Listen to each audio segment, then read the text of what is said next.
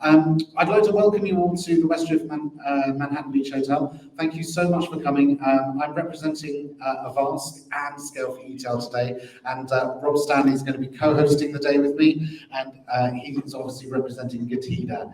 So, who is ScaleForEtail? Well, we were founded by, ScaleForEtail was founded by Shelley Simone, and it was designed as a community of sellers, which was going to be providing everyone with help and support, and basically online coaching. It was a really lovely idea, and what we've done is we came together with the Avast partners, which are Avast, Getida, Fortinet, and Signify, and we are basically taking the UK events and we are spreading those out into Europe and obviously the US. So this is our first event in the US. So you guys are the first ones that have come to see ScaleForEtail. So thank you so much for attending. Put your hands together for that. Woo! And obviously, we wouldn't be here without our kind sponsors of Getida, Avast, SellerSpy, Goldstein Patent Law, Signify, and the Titan Network. So thank you all to all of those event sponsors as well. Yeah, put your hands together. Thank you so much. So very quickly, okay, so we've changed the first slide ever so slightly because we had to go live with the global expanders. Coming up next, we've got George Meressa from ClearAds. And he's going to be talking about, obviously, advanced advertising and using Amazon DSP and Google Ads to maximize growth. And that will then be followed by Alycia Shapiro from Titan Network, and she'll be talking about the art and science of creating images that convert. At 1 p.m., we're going to be talking with Mina, Elias, who is going to be doing advanced analytics and setting the right PPC goals. And then we're going to be going into a fully catered buffet lunch, which is going to be absolutely delicious, I'm sure. So I hope you're all hungry. This afternoon, we will be hearing from Shawn Hart, who is going to be talking about how to double your Amazon sales in the next 30 days.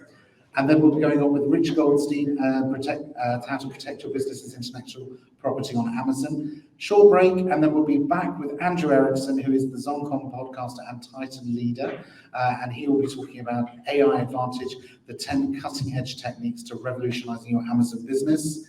We've then got the lovely Cassandra Craven, who is an influencer and social media marketing strategy in 2023. And then we'll be hearing from Michael Yanes from e-commerce, and that'll be why Amazon Global and how-to strategies. Afterwards, at about 6 p.m., we're going to be doing some business networking, and there'll be some beers and wines around. So we're looking forward to seeing you all then. And I think that is just about it. Is there anything else you need to add here? Yeah, the only thing I would add is if you have questions, why don't you go ahead and hold on. When we have some breaks, you can go up to the speaker, ask the question that you had, so we can try to keep things going. It is going to be a bit of a tight schedule. We do want to try to stay on course. And thank you, everybody, for coming. We really appreciate it. That's absolutely fantastic. So thank you very much. And I'm now going to invite our next speaker up, and that is, hang on one second, we're going to go through, and that is, yes, George Meressa from ClearAds. So let's go. George. From London yesterday, to New York. So yeah, today I'm going to talk about advanced advertising using DSP and Google Ads. And this is kind of the structure of what I'm going to go through today. So I'm just going to introduce myself. Please get the slides to the front, is what some of you are probably thinking. So I'll give you an intro. Oh yeah, so for it. Plug that in, otherwise it's not going to work as well. No problem. Sorry. That's okay. And then I'm going to look at Amazon DSP and what we're doing with DSP now. So there's not so much practical takeaways of DSP that I'm going to be talking about, but I will try and make it as relevant as possible and give you some additional stuff that you can implement through display ads and kind of just PPC in general. And then Google Ads will be very, very much, I'm going to break it down to you how you can make Google Ads work and how we've seen it work, driving traffic to your Amazon listing and why you should do it. Okay, so I've been running the company. This is my company. I founded it for 12 years. So I'm 100% a founder, and we have no investment, no backing, no nothing. We have a small team in London, about 25 of us, and kind of we do everything in-house. So originally started with Google Ads in 2009, actually. So the moment I come out of university, I did Google Ads. So I've known it from a long time, and then we moved away from Google Ads, and we've now come back to now promote Amazon brands through Google Ads.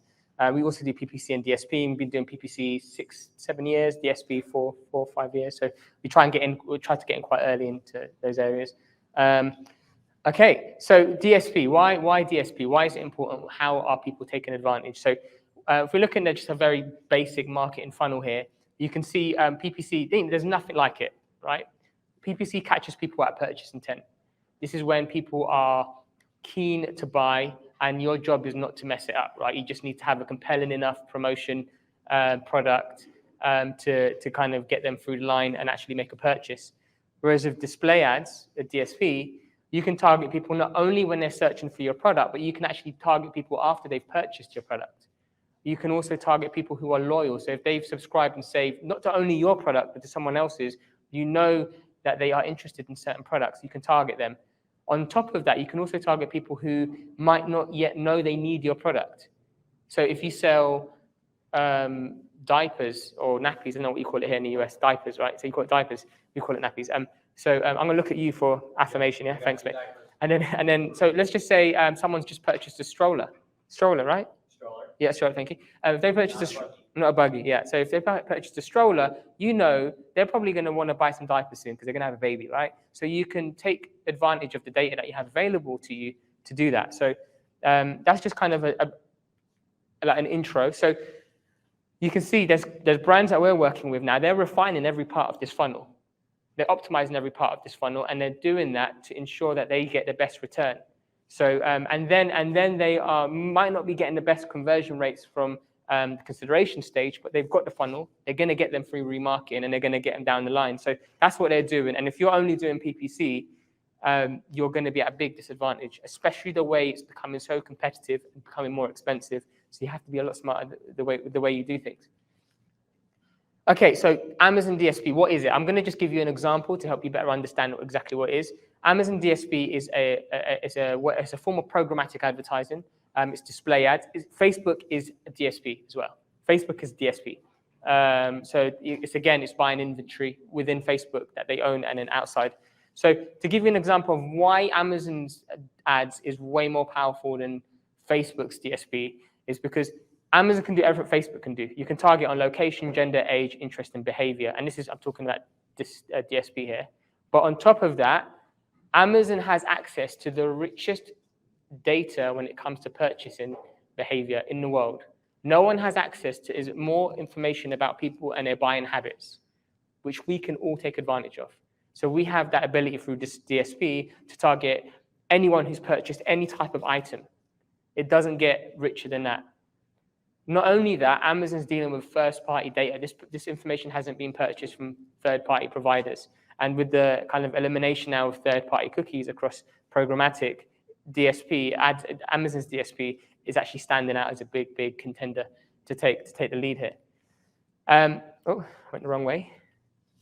Okay, so what I'm going to do is going to show you some things that we've done. So this isn't stuff I've researched and found on Google, and then I've decided to share it with you. This is ways we've found work. So when we first started doing Amazon DSP, there was no one doing it for e-com brands the way we were doing it. So I was fortunate enough to have connections with a few 8-figure brands who just said, George, here's some money, spend it, find out what works, and then go with it. So we were able to build out our SOPs through that. And this is one area that we've built out, and it works like tremendously well. So with brand analytics, we go into market basket analysis. And in this, I'm sure you're all aware of this, you can go in and you can see, okay, if someone's purchased your ASIN, they tend to then go off and buy other products, and it gives you that data. So what we've done is we've created cross-sell campaigns on DSP to then target those who have purchased the other products and serve ads to your product. So we've seen this work tremendously well with a number of brands generating the best ROAS and a decent amount of sales. Again, as just a few examples of what that looks like. Now, with that, you're saying, George, I don't have DSP. How can I take advantage of that information? You could do that for ASIN targeting. So you can take those ASINs and then you can do some ASIN targeting through that, or you can go into display ads, create some audiences using that. So I am speaking fast, but because I'm trying to get through the content, I'll be around all day if you've got any questions. And by the way, feel free to interrupt me at any point. Just put your hand up and I'm happy to answer questions at any given point. Okay, so ASIN targeting. This is a big no-brainer. So you've probably seen on display ads, you can remarket through different audiences. So this is where it comes from. You don't see this because this is only in DSP. The guy who made this, I speak to him the guy who developed this in Amazon, I speak to him every 2 months or so. So I've been quite involved for about 2 years with him. We're developing this and so on. So he's always asking for our feedback. So what you can do here, and this is going to come to this is going to come to display ads, and this is why display ads isn't ready yet. But when it gets some of these features, it's going to be a very powerful tool, right? So with display ads, you can create a product view. So you can target anyone who's viewed a certain product over a certain look back window, right? With DSP, you can target, and with display ads, you can target people who have purchased certain items over a certain window of time. Now, what you can't do yet with display ads that you can do with DSP is you can exclude anyone who's purchased any item. So if someone's already purchased any product that you sell, from any of your competitors, they're less likely to want to purchase it at that given point. So excluding that audience will increase your conversion rate, increase the number of sales you get. So that's not come to display ads yet, but I'm guaranteeing you it will. So you've also got similar product views and product searches. Don't touch it because it's just like, I won't get into it, but it just doesn't work. So yeah, this is just a particular brand where we did just remarketing on 500 different products, and we were able to get the low-hanging fruit. So I want to give you guys a kind of a visual image here. So let's just say your product sells a 30% conversion rate, right? That's a decent conversion rate, right? It doesn't mean the 70% are not interested. You might have just caught them at the wrong time. You've already put all the marketing effort into getting that audience to your listing, right? So why stop there? And that's why remarketing is such a powerful tool to re-engage that audience, to ensure you serve ads to them, and you're likely to get a decent amount of sales back. This is the low-hanging fruit, the first thing we do with anyone who wants to do DSP with us. And it tends to get a ROAS at least better than what they get on PPC doing this. The question then becomes how much can you scale it? So there's obviously limitations on it. So because you're only serving ads to the same audience at some point. So yeah, so this is just an example. I wanted to prove a point to someone because they were like, oh, DSP doesn't work. So I was like, okay, well, let's see. So I took one of our clients who was very happy to test this with us. Funny enough, he lives in LA. And basically, he's launching products all the time. So we picked a particular ASIN. And we were able to do, with no reviews, no nothing, we were able to spend $4,000 and generate $9,800 within Amazon through DSP. And we did the same spend, but just generate a little bit more outside of Amazon. Granted, it was through Q4. And also, this is a really good product that he found on TikTok they found on Pinterest, I beg your pardon, that wasn't being served on Amazon. So there was a clear demand there. So we were able to get some decent sales for that. And then we pushed PPC. Well, he didn't push PPC through Q4. It's just this DSP. Okay, you can attack different brands now. That's a really cool feature. So to give you an example, you can go into DSP and you can go, right, I want to look at Persil and I want to look at all of their laundry detergents, right? And you can create an audience for any product that Persil has in the laundry detergent category, right? In their product range. Now, the great thing about this is if Persil then decides to produce a new flavor of a laundry detergent or a different size, right? You can automatically have your ad served to them. And you can imagine when they're launching new products, like any given competitor, anyone out there, they're going to put some PPC spend behind it. They're going to get some volume behind it. So it's a really good way to kind of take some sales off them. Subscriber safe targeting. This came out end of last year in terms of the ability to actually target people who subscribed and saved. So if you have any subscribe and save type of product, you can target anyone's product. It doesn't have to be yours, it can be anyone's. So if anyone has subscribed and saved to a particular dog probiotic or anti-dandruff shampoo, right? And you know that's the kind of audience you want to have your ad served to, you can create an audience for them and you can serve ads to them. This is where it gets more interesting. When you're targeting people, especially through display ads, right? When you're targeting people who've already subscribed and saved, you can actually use this audience to exclude them. So if you have a particular number of subscribe and save coming in terms of sales, you can exclude that audience. So you're just making your ads more efficient and saving money. And then audience targeting. So we looked at products. You can target people through products. You can actually target other people's stores, Amazon stores. You can take some the audience there. You can even target particular artists, movies, genres on IMDb, because Amazon owns IMDb. So if anyone's searching for a particular type of genre, you can target. Twitch, we haven't really messed around much with Twitch. We have done something with audio ads, but I haven't spoken to the member of the team who's been playing with that. So here's a few options of things you can do with display ads. Yeah, so Google Ads. Okay, so this is what we're going to look at. We're going to look at, this is kind of what we're going to do, and I promise it'll be over in no time, so you can have a chat with your friends. So why use Google Ads, making Google Ads work? Now put your hand up if you do exact match PPC targeted campaigns. So do you target exact match keywords on PPC for ranking purposes? Put your hand up if you do it. No one. Oh my goodness. I would have thought there'd have been a few people in the room. Crazy. Okay, why use Google Ads? Okay, why? Okay, because no one put their hand up, why should you use exact match targeting for PPC, right? We do 200 to 300 audits every year on different accounts. And what we've noticed is the percentage of sales coming from organic is reducing, and it's becoming more heavily weighted towards PPC. We hand up if you experienced that with your brand. No one. Okay, I know some of you have. You just not put your hand up. Right. So that's what's happened. There's a shift. So there's more sales coming through PPC, and actually it's becoming more competitive. More people are launching with it, right? And what tactics that a lot of the bigger brands are doing now is they're using exact match targeting with keywords, right, to help them rank, right? Now we're in a very fortunate position at the moment because we have access to great tools like Helium 10's keyword tracker. We've got access to the search performance query reports that allows you to see when you start scaling certain keywords, is there movement in rank, right? And are you getting a much larger percentage of sales through the search performance query reports? So you're getting to see that. So the reason why it's good to do it with Google is because one of the main reasons is Amazon loves external traffic, right? They love external traffic, and Google is probably one of the only ways where you can actually get keyword rank. So you can't do that at Facebook, you can't do that at TikTok because it's more audience-based. And you can't do that with Amazon DSP, but you can do it with Google. So making Google Ads work. Put your hand up if you used it and it hasn't worked. Okay, no one, great. So this is some of the things you should bear in mind when doing it, right? So when you're using Google Ads, we would strongly recommend go down the route of exact match targeting and only exact match targeting. Do not try and open it up to, hey, we're gonna let you choose the keywords. Google is a very different beast to Amazon. Right? Whatever traffic you can get through Amazon PPC, you can get 20 times more on Google, right? So it's an easy way to waste money. If you put one bad keyword in a campaign, it will completely dominate that campaign and eat it up. That's the first thing, right? The main focus has to be ranking. It cannot be ACOS. You cannot come into Google Ads advertising thinking, I want to get a good ACOS. Right? It's not going to work, right? There's sometimes you get a decent ACOS, but that's not the reason you do it, right? You've got to think Google is a search engine. People are not there in terms of like, wanting to buy products like they are with Amazon traffic, right? So that's another thing to bear in mind. Brand registry is very important. If you don't have brand registry, don't do it yet, and I'll explain why later.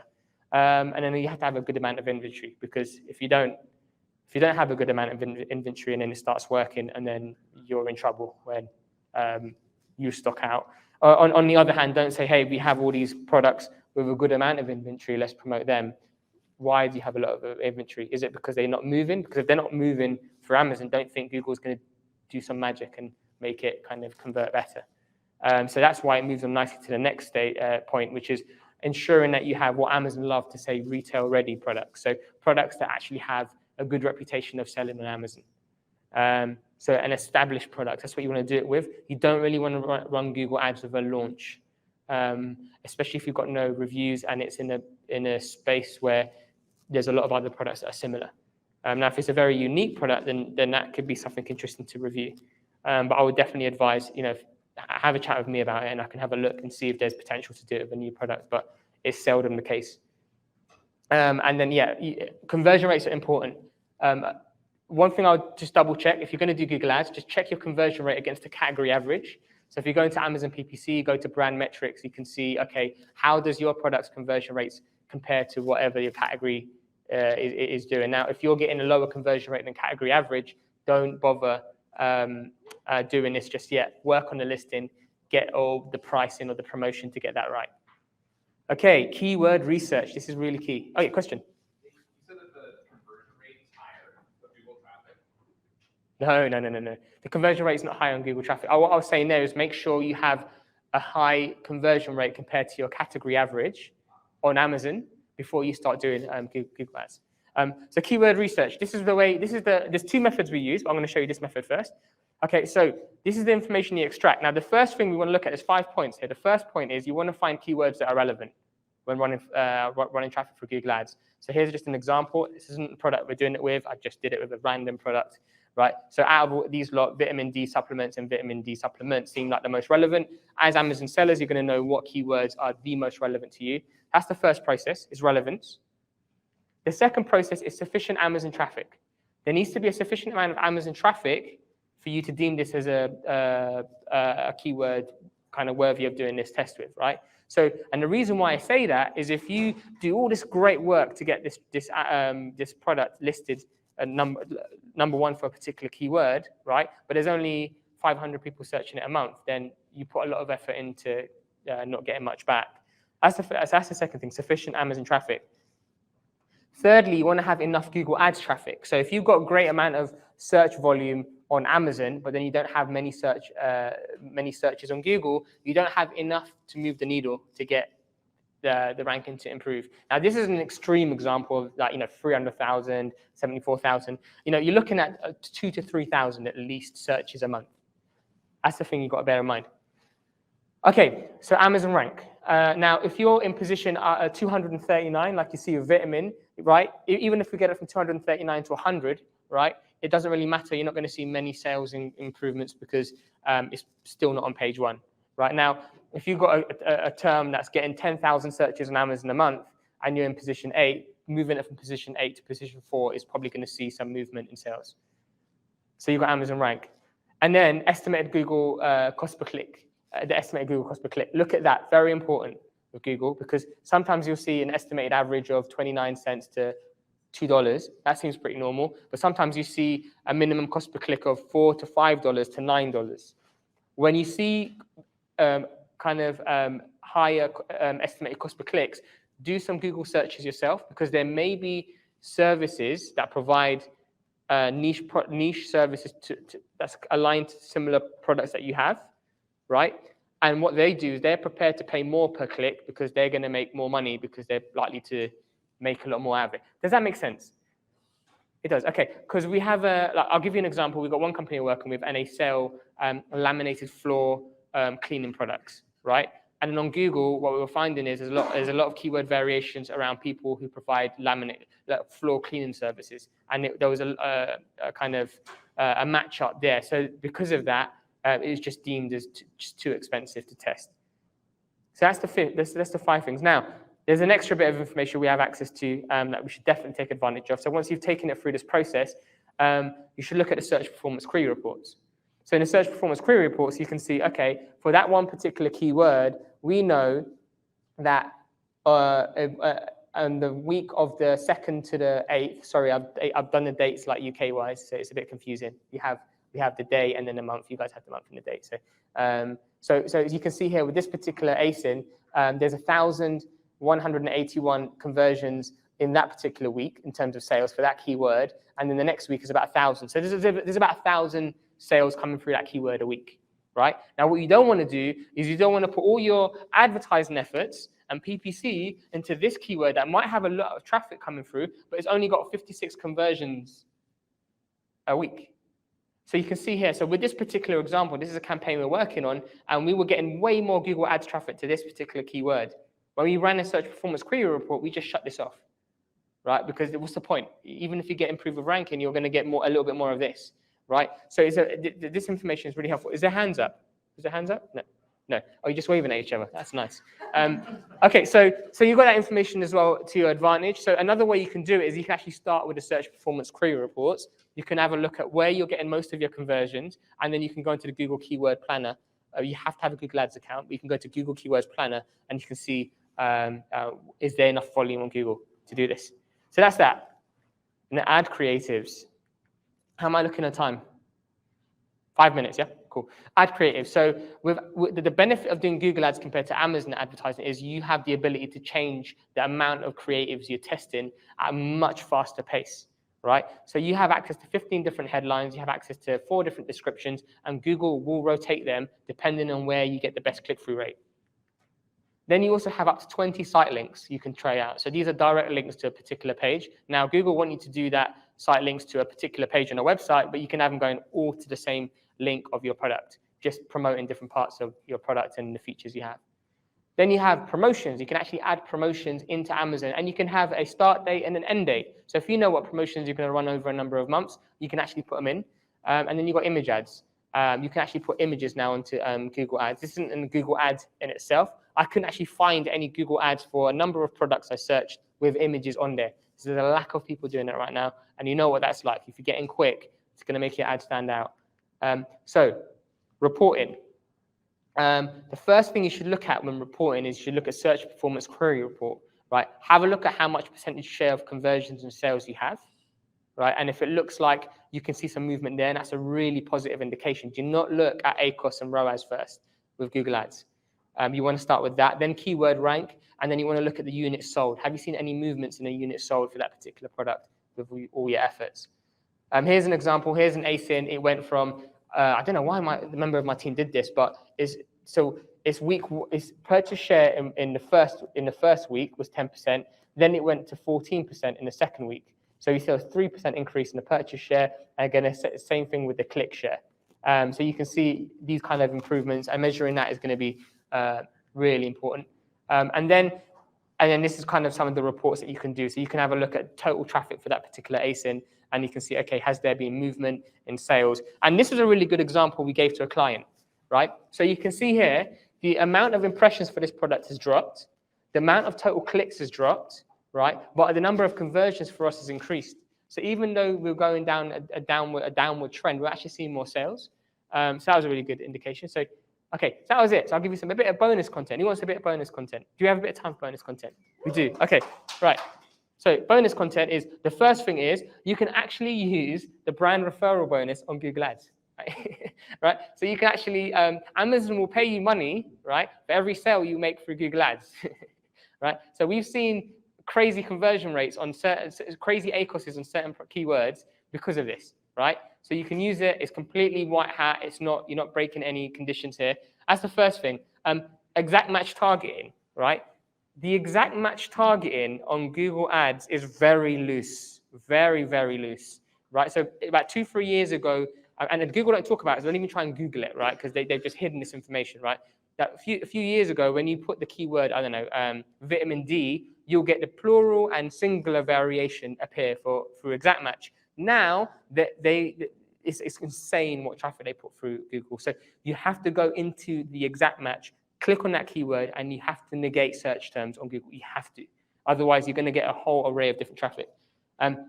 Okay, so there are tools like PixelMe and Amped that provide all this information and actually provide you with conversion data and ACoS information as well. So I'll give you a bit more information. And there are some accounts we're working with where they have really good ACoS on Google. And you can see that information through that. And then Google Ads Editor, this has been around since before I even started doing Google. It's a really quick and easy way to make changes fast to creatives, keywords, campaigns on Google rather than going through the user interface. That's it.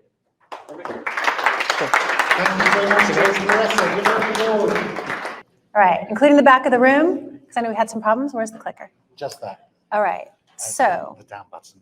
The down button. All right, got it. So the art and science of creating images that convert. PPC is an amazing tool for us to get sales, but we can spend all the money in the world on PPC, but if we don't have good conversion, that's not going to matter. So just a little bit about me. I'm a mom. I'm a business owner. I've been in e-commerce since 2003. I've been a 7-figure seller and greater since 2004. So I've been doing this a long time. And I work with the Titan Network with my friend Athena over here to help coach Amazon sellers to have success. So this is me. So what we're going to cover today is the purpose of your listing images, understanding the customer journey, the best practices for your 7-image stack, and how to collect and use data to create your images.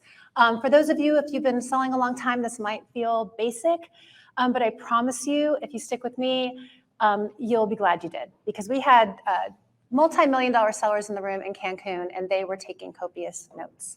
All right, so the purpose of an Amazon listing. I'm gonna throw this out to you guys. Is it to convert shoppers into buyers? Is this the purpose? Yes or no? Yes? Okay. Yes, but also no. Because we have to remember it's not about us, it's about them. The purpose of an Amazon listing is for us to show the customer why your product is going to solve their problem. Because that's why Amazon exists, is for people to shop. Right? So understanding the customer journey in main images. So the very first thing that a customer does is that they go on to Amazon and they type a keyword or a question, right, in the form of a keyword into the search box, which takes them to a search results page with products that Amazon sees as relevant to their search. We call that search rank, but for them, they're just looking for the product to solve their problem. They're then going to browse the page and see if they find what they wanted. And as we all know, there's a lot of elements that are going to be on that search page that will factor into a customer deciding to click through. But having an eye-catching main image is the number one thing that you can do to get them to click onto your listing. Because once they do, that's what takes them into the next step of the decision-making process. So the importance of main images is it drives traffic to your product listing. And that great main image is going to help you stand out from the crowd and directly affects both your click-through rate and your session count. It essentially starts the conversion process. So here's some great tips on winning the click. To get your people to your Amazon listing, you really need to understand what's important to them. And that's where the data that we're going to talk about in a minute is going to come into play. Right? Now, there's 4 things that we have control over: the main image, the price, the title, and coupons. But today we're just going to be talking about images so that we can really see what matters. Now, when it comes to the images, size matters, right? 5 by 7, those of you who know me, you know where the joke is going. So size ratio matters. In Titan, what we're finding, and through our sister brand Ignite, who works with hundreds of brands and launching them to success, is that 5 to 7 ratio is working best on Amazon. And you have to make sure the longest side is at least 2,000 pixels, right? So if you're talking 5 to 7, then that would be 1,500 by 2,100 as an example. This is going to ensure that it appears large on all devices. Now, you guys, if you have a product that just doesn't fit in that size, you need to not stress out about it and not do hanky things like put white at the top and the bottom. You need to get it to be taller than it is wide, and that's the main point, all right? All right, so again, here's some examples as to why aspect ratio matters. We've got this example over here, and as you can see, on mobile, you're gonna actually have more space in the text if you have a vertical image. So, and the more vertical, the better. Make sure that you visually inspect your images on both mobile and desktop when you're creating your listings. Here's an example of what I was talking about before with trying to just make it work, right? It's still gonna look tiny, so tiny on mobile if you do this, and it just doesn't look as good. So make sure you get that vertical aspect. Use all the white space that you can. It's gonna make your product look bigger. And yeah, I'm repeating it because it's important. All right, I'm gonna go through this really quick because otherwise I'm not gonna have enough time. You guys all know you gotta have a white background. Unless you actually have the kind of product that every single thing in the category is a lifestyle, that's the exception to the rule, because sometimes you gotta give them what they expect to see. Now, Amazon might take you down. You might get suspended. So I'm not telling you to do that. I'm just saying to watch out for it. Generally speaking, they want you to have a white background and really fill in the space. Now, you gotta stand out, right? Images have to pop out from among that sea of sameness. And let me go back. You really have to make sure that you show that your product has everything that they expect and show them the difference. A lot of people make that mistake. We're gonna go into that more in a minute. So here's some examples of standing out with angles. Do not do this product. That would be the number one takeaway. But it is a really good example of how using angles can make you stand out from the crowd. Also, don't launch products where everything looks the same. But here is where some magic can happen, right? Here's an example of standing out with stickers and tags. This is a liner for an air fryer. It does not have that information on the actual product, but it was a really clever way of getting information that the customer needs to know whether or not their product is going to match the buyer intent of the customer who's searching for it. If they know the size of their air fryer and that everyone else has in their images that only comes with 100 and they come with 125, that's really, really clear from the search results page. And you just can't get better than that. That take once daily, if you sell supplements and everyone else has a 60 capsule thing, but you got to take 2 a day, that's only 1 month's worth. They're explaining right here on the page, take once daily. That means there's 60 days worth of supply. And then that last one, I love that. That is not actually on the product. How can you make a pizza cutter exciting on a main image when you can't add anything else in, especially if your packaging isn't great? This was a really clever idea to get a fake tag that doesn't actually exist on the product. You get your keyword in there, it stands out, it's bright with color, and it works. Now here's a way it's standing out with packaging. I think for the longest time, I think people really try to they don't think about this ahead of time. In this example, the product on the left-hand side, that epoxy, they designed that packaging with the thumbnail in mind. And if you're not doing that, you should start, right? You know that you're gonna have to create listings when you're creating your products. So think about that when you're creating your products and when you're creating your packaging so that you can stand out. How on earth can you make epoxy, a big jug, be sexy? Well, they did it. And that was done by the 113, by the way. So fake it till you make it packaging is what I call it anyway. Every single cutting board you all sell on Amazon, you know no one in their right mind would package cutting boards like this because it would add costs, right? It's not packaged this way. They created that packaging, spread it out so that it's really filling the space nicely. It's still vertical. They've got their keyword on there. They made it about the customer. It's great, high converting colors. I think it's brilliant. Don't know who they are, but if you're in the room, congratulations. Standing out with color without packaging. This is really clever. Everyone in the category for the most part does this with this package, but they did a great job of using different colors and really standing out. So photos versus renders. Anyone in the room not know what a render is? Don't be shy. Anyone not know? Yeah, okay, great. So a render is a 3D image that's modeled within a computer. So it's not an actual photograph, but it's made to look like one.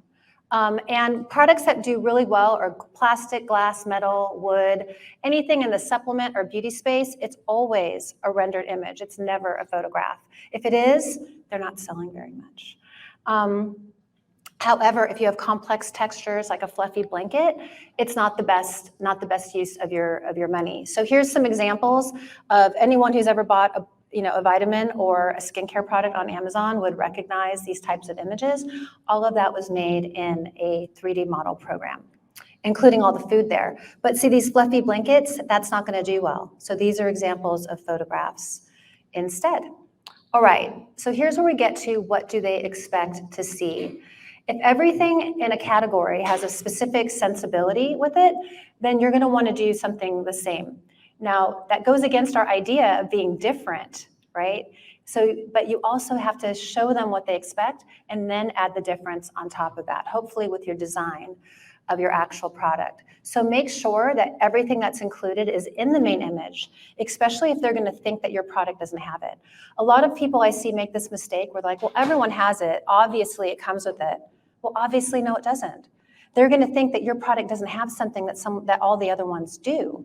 So you have to make sure you still include that, all right? So here's an example of highlighting your differentiation. You need to show it visually. Let's pretend these two are the same size. Could you tell that from the pictures, or would the one on the left look bigger? And if that big one is what you're looking for, you would click on the big one with the hands holding it instead of the other one. So anytime you create a differentiator, and I hope that you're all doing that in every single product that you ever launch, that you're able to show that visually in your main image, because you want to show them and not just tell them. So if you have that extra value, make sure you illustrate that. Here's an example of remembering to, in your data collection, when you're really thinking about who your avatar is, of what they expect to see.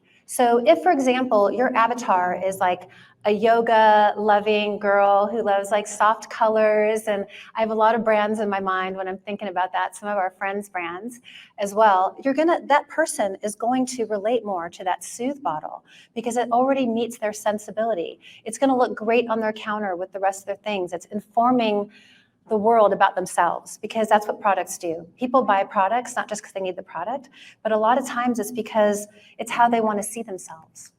All right, so getting back to the customer journey, I'm sorry if I'm talking really fast, but I have a lot to tell you guys. All right, getting back to the customer journey, after winning the click, they're gonna land on your listing. And the very next thing they're gonna do is look at those secondary images. And you only have a couple seconds to grab them, and that's it. They might not make that decision in those couple seconds to buy your product, but they will certainly make the decision not to buy your product in those couple of seconds. So you really want to make sure that you hook them and speak to the thing that is bothering them and why they landed there in the first place. So if they make these images make them feel like your product solves their problem, they're going to buy it. So how do we do that? How do we make sure that our images convey that? You actually need to know what their problem is and what their worries are and put that information in your images. All right, so let's make the images count. Every image should show your customer why the product matters to them. And in that first of the three images, those first three images, you have to answer all of their main questions, right? Make every image count and really hook them. I already said that.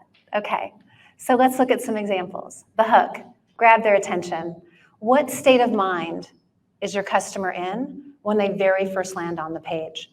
This is what happens to me throughout my day. I'll be doing something and I'm like, oh, I wish I had the thing.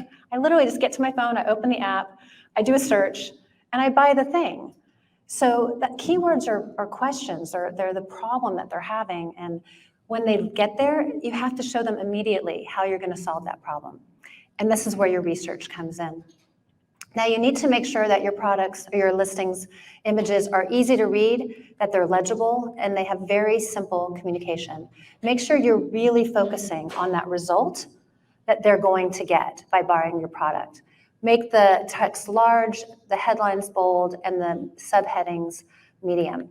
So remember, text is much smaller on mobile. This is one of the biggest mistakes as well, I see all the time.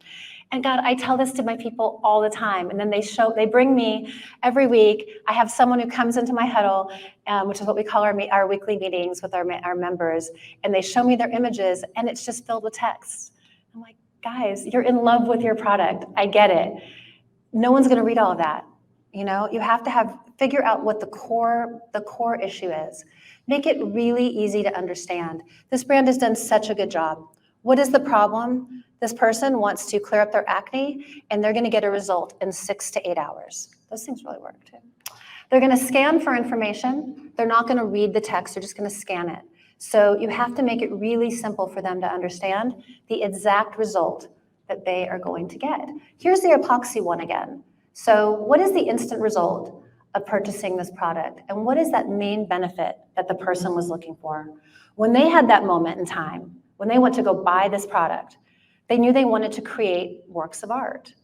And they might have a different idea in mind of what that's going to look like. It might be on wood or on countertops or metal or stone, ceramics. It's going to work on all of these things. And this image, which is the first secondary image on this listing, does that. Now here's an example of a feature image. A feature is key information that customers need to decide if your product will give them the result that they want. So examples of that are size, color, quantity, material, basic functions, and what's included. Most people put this as their second image. Is having 2 cups why they searched for this product? Does that answer their question of what they want to achieve? No, it does not. They still need to know it, but it's not the first thing that they need to know, right? It has to be about them. So here's some great examples I thought from HubSpot on how to convert the idea of features into a benefit, right? So if you've got some headphones and they're wireless, it's not going to be wireless. You're going to say, no more tangled cords. Then you can go into that wireless language and make it a bit more interesting, right? If you got a meal kit, it arrives ready to heat. Cool. Who cares? It saves time prepping meals. That's why they're buying it. So I hope that makes sense. So in terms of image order, I will say this is not set in stone. Every single listing is different. And you have to really think about what are the key points for this particular listing that your customers need to know. And that's going to drive and influence the way you order your images. However, we find that this formula works really, really well. So we've got the main image, the main benefit statement, like I just showed you with the epoxy, with your avatar pictured in the image in the most ideal situation, right? If you can't get it done with photography, it's okay to use stock images if you do it well, all right? There is a difference. Then either the size and technical information or your second unique selling proposition or benefit. And then number 4, you can flip those. It really depends on how technical your product and how important that size is. If you're selling a food mill and yours is $30 and it's 4 ounces and everyone else's is 2 ounces and it's $20, you better explain why yours is more expensive. That's a real life, I had a person who was selling 4 units a day and she showed me her listing. I couldn't tell. It was bigger. I had her move 4 ounces towards right after her main keyword in the title, add that to her secondary image, and she went to 20 a day in less than a week. I know, right? All right, so then again, just like use case instructions or tutorial if needed. Obviously, if you have a video in the spot, move it up, right? And then you have more use cases, more avatar pictures if you choose to use up the rest of the space. So now I want to talk to you about the listing creation worksheet that I put together for you guys. In order to use this, I'm going to give you this asset so that you can make these images, because here's what happens. You have all these ideas of what you think you're going to do, and you make some notes, and then you get frustrated, and you try to take some pictures yourself, and then you get more frustrated, and you're just like, I can't do this. And so then you hire someone, and you think you're delegating, but you're not. You're abdicating. You hire someone, you give them some keywords maybe if they're lucky, and then you expect them to make these gorgeous images about a product that they actually know nothing about and about a customer that they don't know anything about when you hold all of that information. And at the end of the day, it is up to every single seller to figure out what's in their customer's mind, figure out what you want on those images, and convey that to your photographer or graphic artist, or both, right? So I want to show you how to do that. First thing you're going to do is like for like, right? You need to, how am I doing on time? Am I doing great? Okay, I did this so fast. Thank you. No, but I got 5 minutes. Bestie. Okay. This is true. So you want to get these like-for-like competitors. In Titan, we have a tool called Atlas in which you can get your like-for-like competitors into our other tool in the Titan tool suite where we can analyze this information. But inside the spreadsheet, you can just get that data in there yourself. You can use the fabulous X-ray from Helium 10. All of the most major tools have the ability to do a reverse ASIN search and see by revenue who has the most sales, right? Make sure that they're like for like though. Don't throw those ones in there just because they have good revenue. If they're not like your product, then they're not who you need to be analyzing. If you have brand analytics, you can also go in and see who has the most click-through rate, who has the best conversion share. If those two things are not the same, if you've got a product in there that has the best click-through rate, but does not have good conversion, who can tell me if they should use the secondary images on that person? All right, the answer is no. But you can use them as the main image, right? They're getting the click, but they're not selling because they're probably either not really the right product or they're not doing a good job conveying it. So you need to analyze the reviews and the questions on a product, analyze features and benefits. You need to analyze the images. And then I'm going to go through a checklist. Now, in this design brief, I did this in a 2-hour presentation, so I'm not actually going to go through all of it. However, I'm going to give you a completed version as well as a blank version. So, and then if you have any questions, you'll have my email, and you will be able to email me, and I will answer the question. If you really need it, I'll add like a little loom or something, since I had less time than I thought I was going to, right? But before I do that, Mike, you're going to help me get to see if I can figure it out myself. Ah, fantastic. I got it. You all right? I did. Okay, so here, except how can I make it so I have more space so I can show more of the screen? Maybe make it smaller? Potentially, yeah.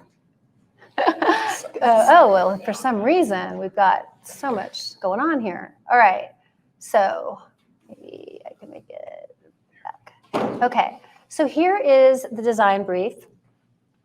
And as you can see, what we're doing here is we're communicating with our designer exactly what we want. Exactly, right? In this image, we've got the main image, and then, hold on. Okay, then I'm telling him, I want to keep this vertical shot and keep the one lid off, but change direction of the top slightly to highlight the bamboo. And look at the images side by side, which is an incredibly valuable tool that we can use. However, you can do this in a spreadsheet.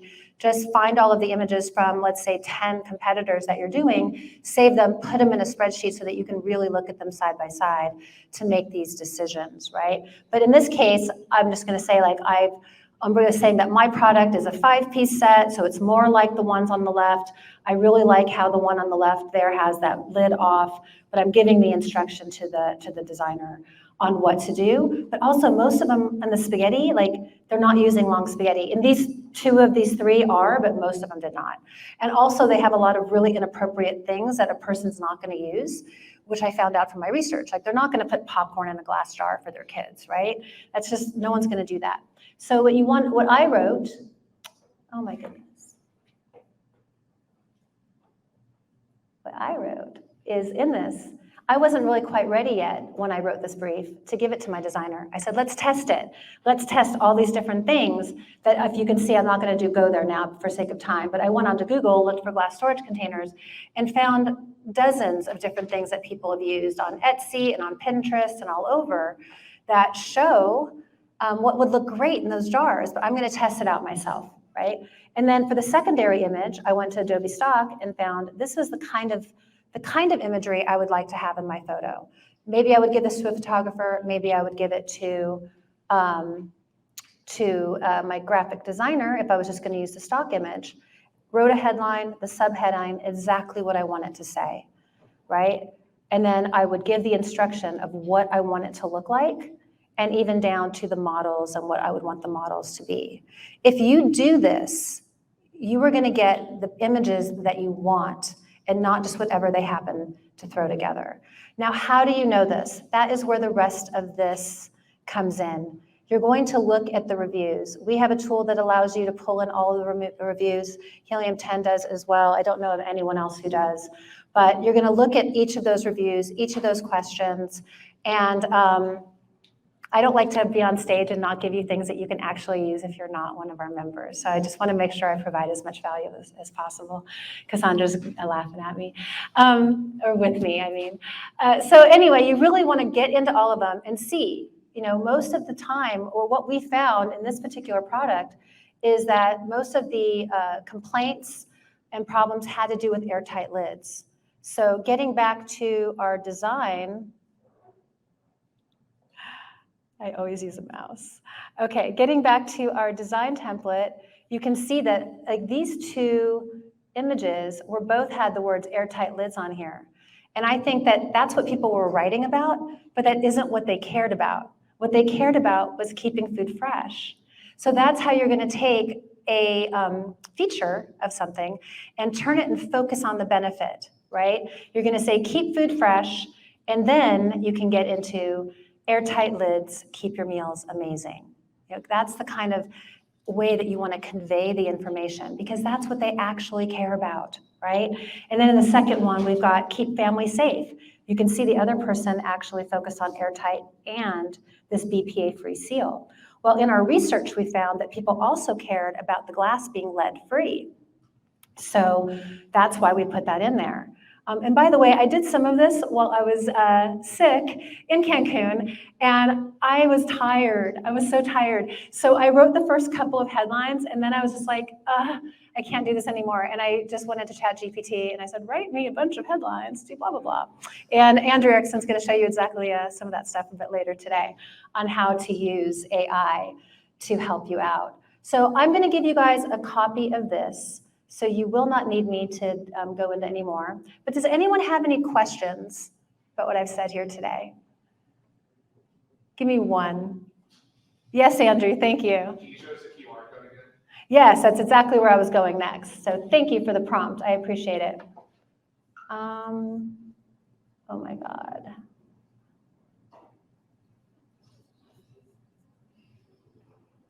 There you go. And then if you want to reach me with any questions, Alycia@titanmembers.com is my email. And again, if you have questions about the template or you have difficulty with it in any way, I will literally make you a Zoom video and send it to you because I had planned on more time. Okay? That's it.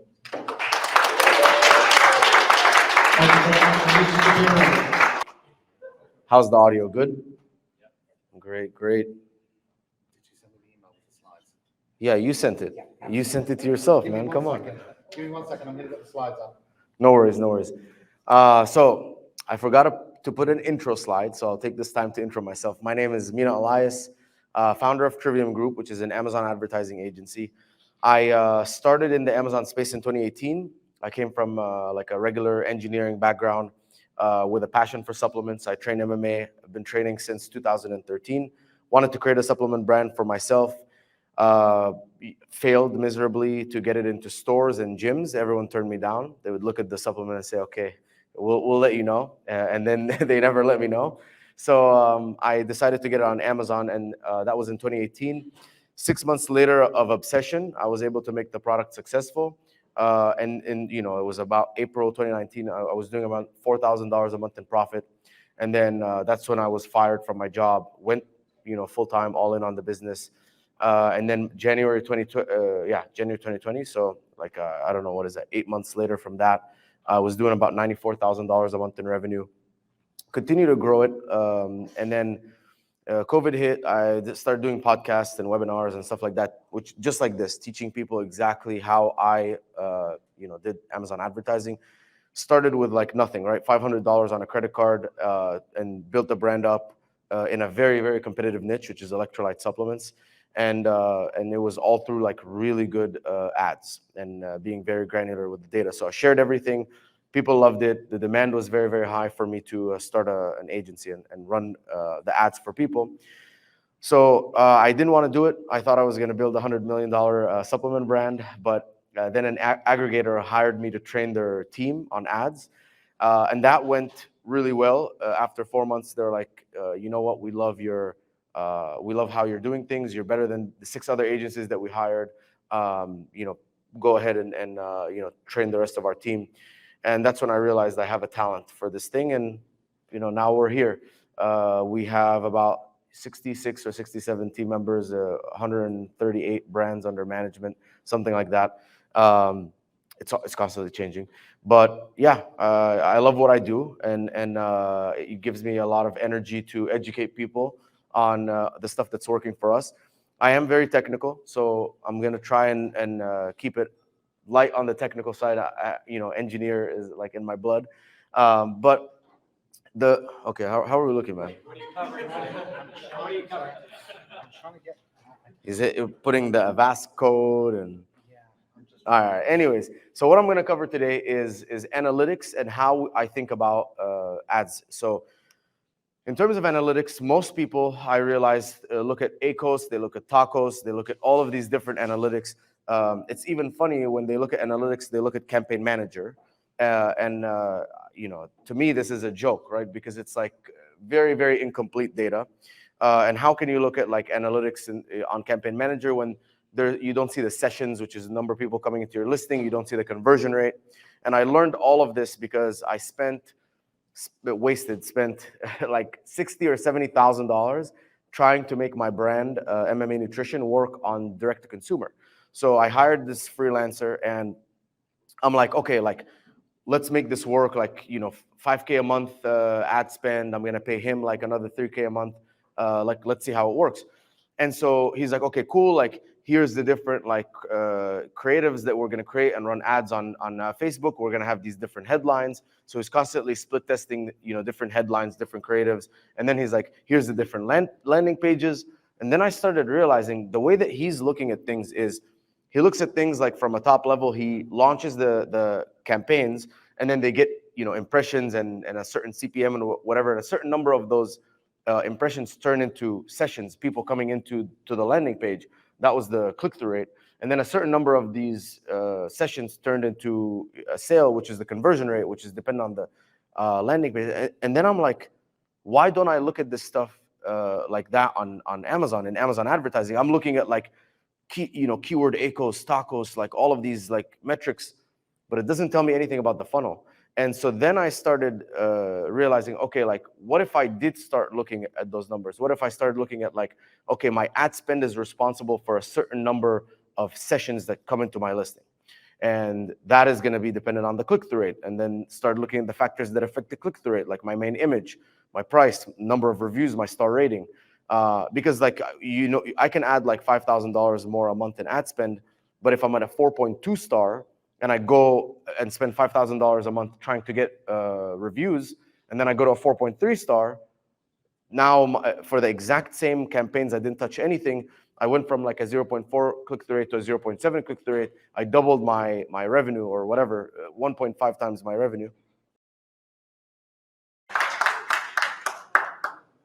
All right. Should we get started, Rob? Yeah. All right. We're probably not great on time. Okay, cool. So back to my story about working with this person in direct to consumer in like D2C for like Shopify for my MMA nutrition brand, and spending the money, quote unquote, wasting the money. After 6 months of doing that, I decided to pull the plug. We were just losing money. I couldn't make it work.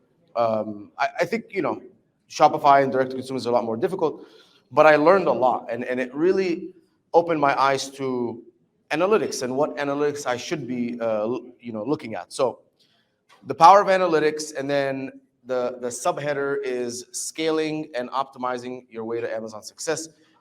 This is going to be all about how I look at Amazon advertising. So most people, when I talk to them, are basically optimizing bids, launching campaigns, without like a very clear goal and expectation of what to happen to the metrics. So I'm going to show you the metrics that I track, and I'm going to also talk about when I do the scaling, when I do the optimizing, how I think about it, and what I'm expecting to happen. So so why do we track analytics? Obviously, overview of the account performance, but I also like, let me switch this. Yeah, here we go. I also like to see the week over week changes.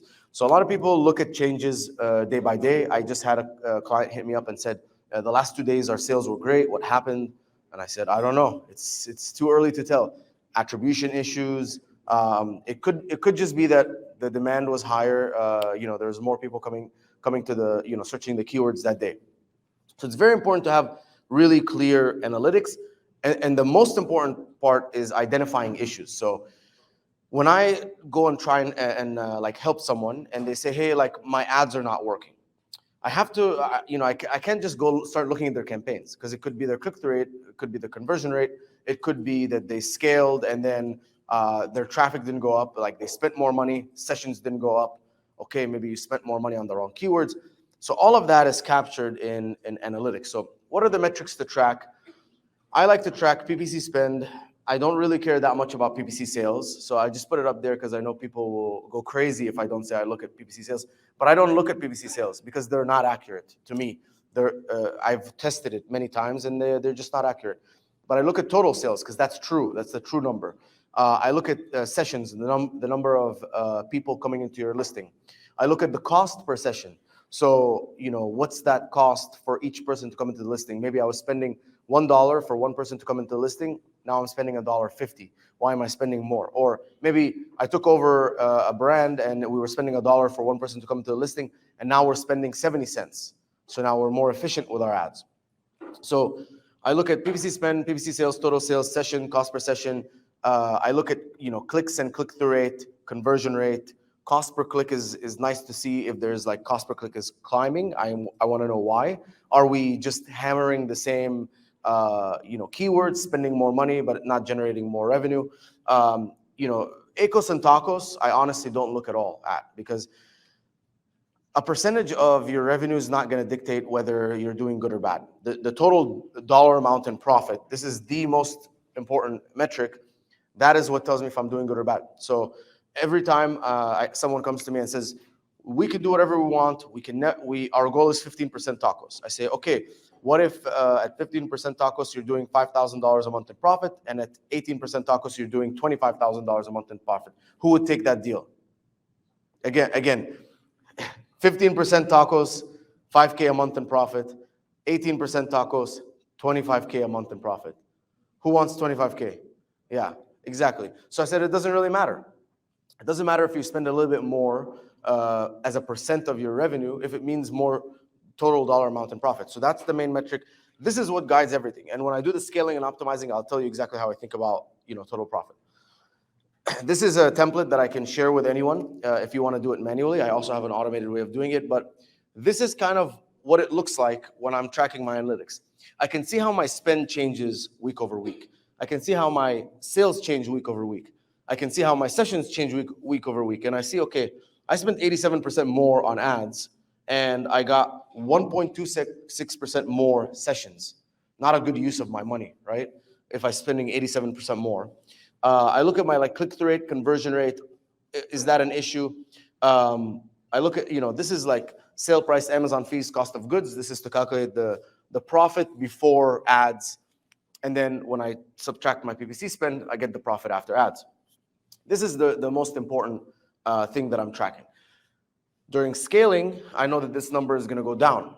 And the way that I'm tracking my analytics is I'm seeing, okay, is there like a pointer here, right? There we go. All right. If I'm scaling, I'm like, okay, I'm going to spend more money on ads. I'm going to launch more campaigns, increase bids, increase budgets, spend more money on ads.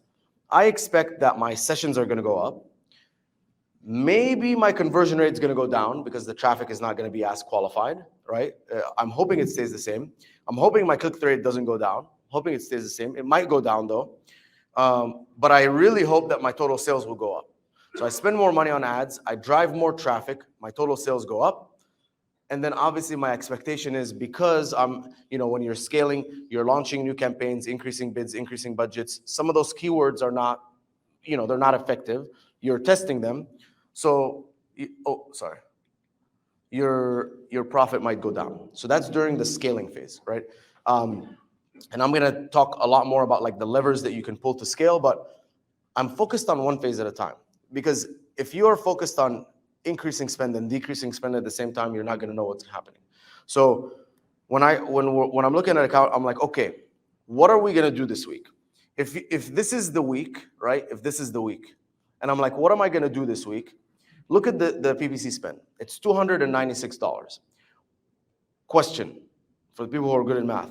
What is the most amount of profit that you can make more by optimizing your ad spend? Anyone know? Yeah, you can only, if you take this to zero and your sales stay the same, right? You can only make $296 more. So I evaluate this and I say, okay, obviously I want more than $296 more. So there's only one way to go. It's up. So I'm like, okay, we're going to scale. So we're going to focus on scaling. We're going to focus on, and I'll talk about the stuff, increasing bids, increasing budgets, launching new campaigns, increasing bid by placement, whatever, all the actions that will result in more sessions coming to the listing and increasing our total sales. And I know that this profit amount is going to take a hit. But once we get there and we have more sessions, more people coming to the listing, some of them are going to be good, some of them are going to be bad. So I take the bad ones, lower the bids, add negatives, eliminate the bad stuff, and I'm left with just the good ones. So let's say that my spend goes up from 300 to 800, but 200 of that is not good. It goes down to 600, and my total sales, let's go say from 24 to 27,000, then go back down to 26,000. But at the end of the day, the net effect on my profit is up. But it only happens by increasing and then cleaning up, increasing, cleaning up, and it looks like this. increase cleanup, increase cleanup, increase cleanup, and it goes on and on. So this is an automated way. This is an automated way of tracking exactly what I showed you. I have the Google Sheet. If you guys want, I'll give it to you. And then hit me up if you want this. This is we developed it with My Real Profit. And it's basically everything that I showed, but in an automated format. So we talked about the metrics that matter the most. Sessions is how much traffic are we driving to the listing. I don't see enough people talking about this metric, sessions, but how to know that your ads are working is that you're getting more sessions into the listing. And then cost per session is how effective is the money that you're spending on ads. The cost per session is divided into two portions, right? The first portion is paid, because sessions are both a combination of paid and organic sessions. Unfortunately, they don't break it up to us. And honestly, even if they did break it up to us, I wouldn't believe it, because they can't even tell us the PPC sales accurately, right? So I wouldn't believe anything that Amazon breaks between paid and organic. But I do know my total spend. That's obviously coming on my credit card. I do know my total traffics in sessions. So my cost per session is broken into two parts. The first part is paid. So to have a better cost per session, which is drive more people to my listing at a cheaper price. On the paid side, this is where you're launching more campaigns with a higher return on ad spend, or eliminating keywords and stuff like keywords and search terms that have spend and no sales, or spending with a low return on ad spend. The organic side of this is when you rank higher organically, more people are going to come into your listing, without you spending any money.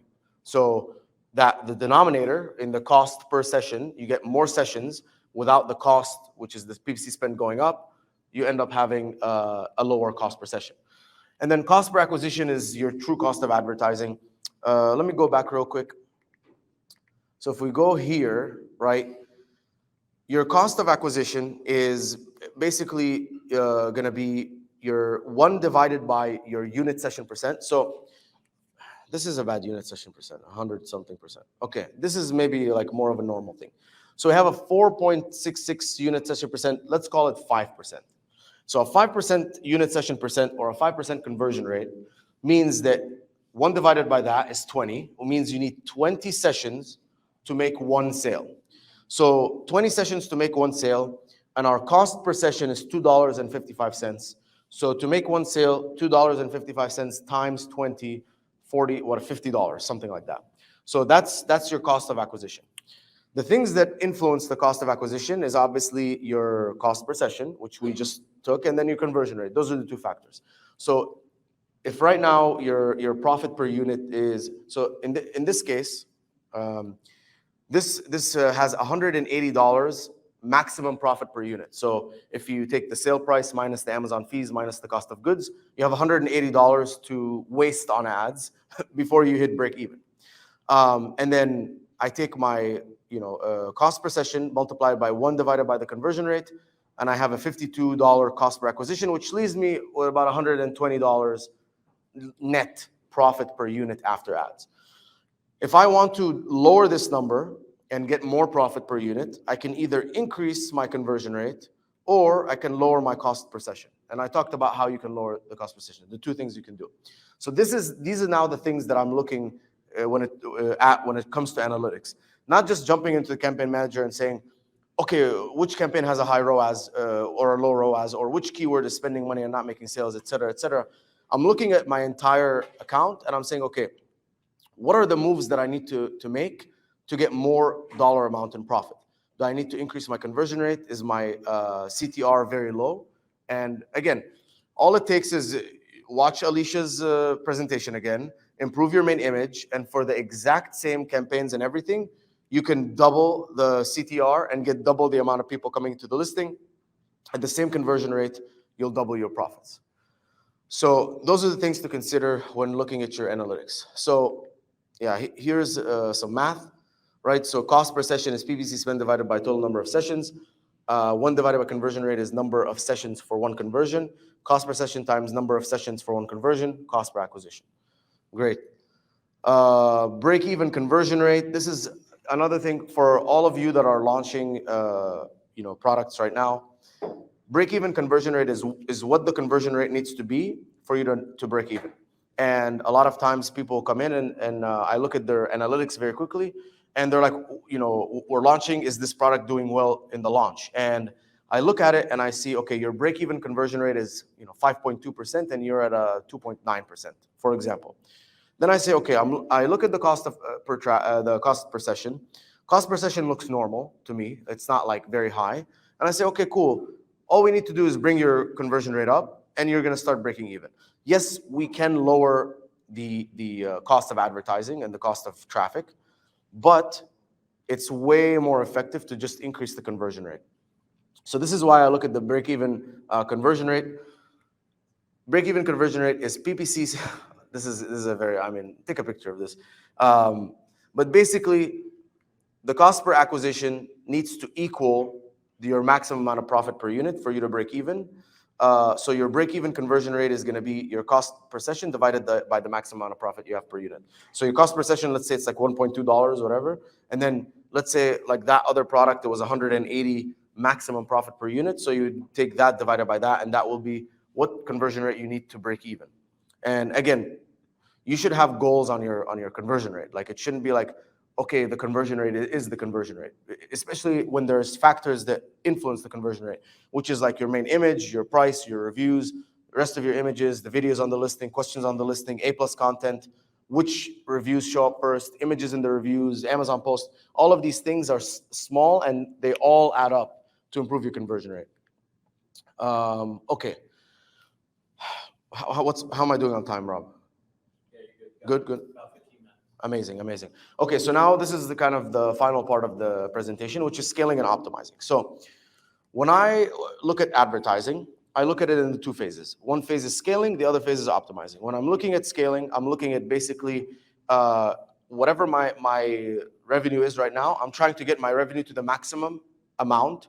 And this is based on like a loss in profit tolerance. So let's say I'm doing $5,000 a week in profit, and I want to scale as much as possible. How much can I suffer in terms of the profit for the sake of scaling? Because obviously, like, think about it like this event, right? Avask, Getita, they're doing this event. They don't know the outcome of this event. They don't know if they're going to break even. They don't know if they're going to make money or lose money. So this is like they're investing in learning. They're doing these like 10 of these events, but they will never know if it's going to be profitable or not until they do it. That's essentially our scaling phase. We're launching all of these campaigns. We're launching all of these new keywords. We don't know if they're going to convert or not convert after we spend the money. And not just after we spend some money, you have to probably spend a certain amount. For me, it's usually 30 to 50% of the revenue of one unit. So if you have a $30 product, it's usually $15 in spend before I can make a decision and say this keyword is bad or good. So I have to spend all of that money to then figure out, okay, half these were good, half of these were bad. Let's eliminate the bad ones. Now I have a certain number, half of whatever I launched that are generating sales profitably. So that's the first phase, scaling. I scale, and then I say, okay, I'm spending like $300 a day. Let's go to $350. Let's go to $400. And I watch my profit go down. And I say, I'm doing $5,000 a week. I'm willing to go down to $2,000 a week and lose $3,000 a week in profit, as long as I'm growing. And as long as I'm growing, I'm willing to spend that money. And then I hit a point. I'm like, okay, I've hit the $2,000 a week in profit. I can't go any lower. Let's keep holding the spend at that level. And then after a while, I've gotten all the data. I understand which keywords work and all that stuff. I eliminate everything that didn't work, keep only what worked.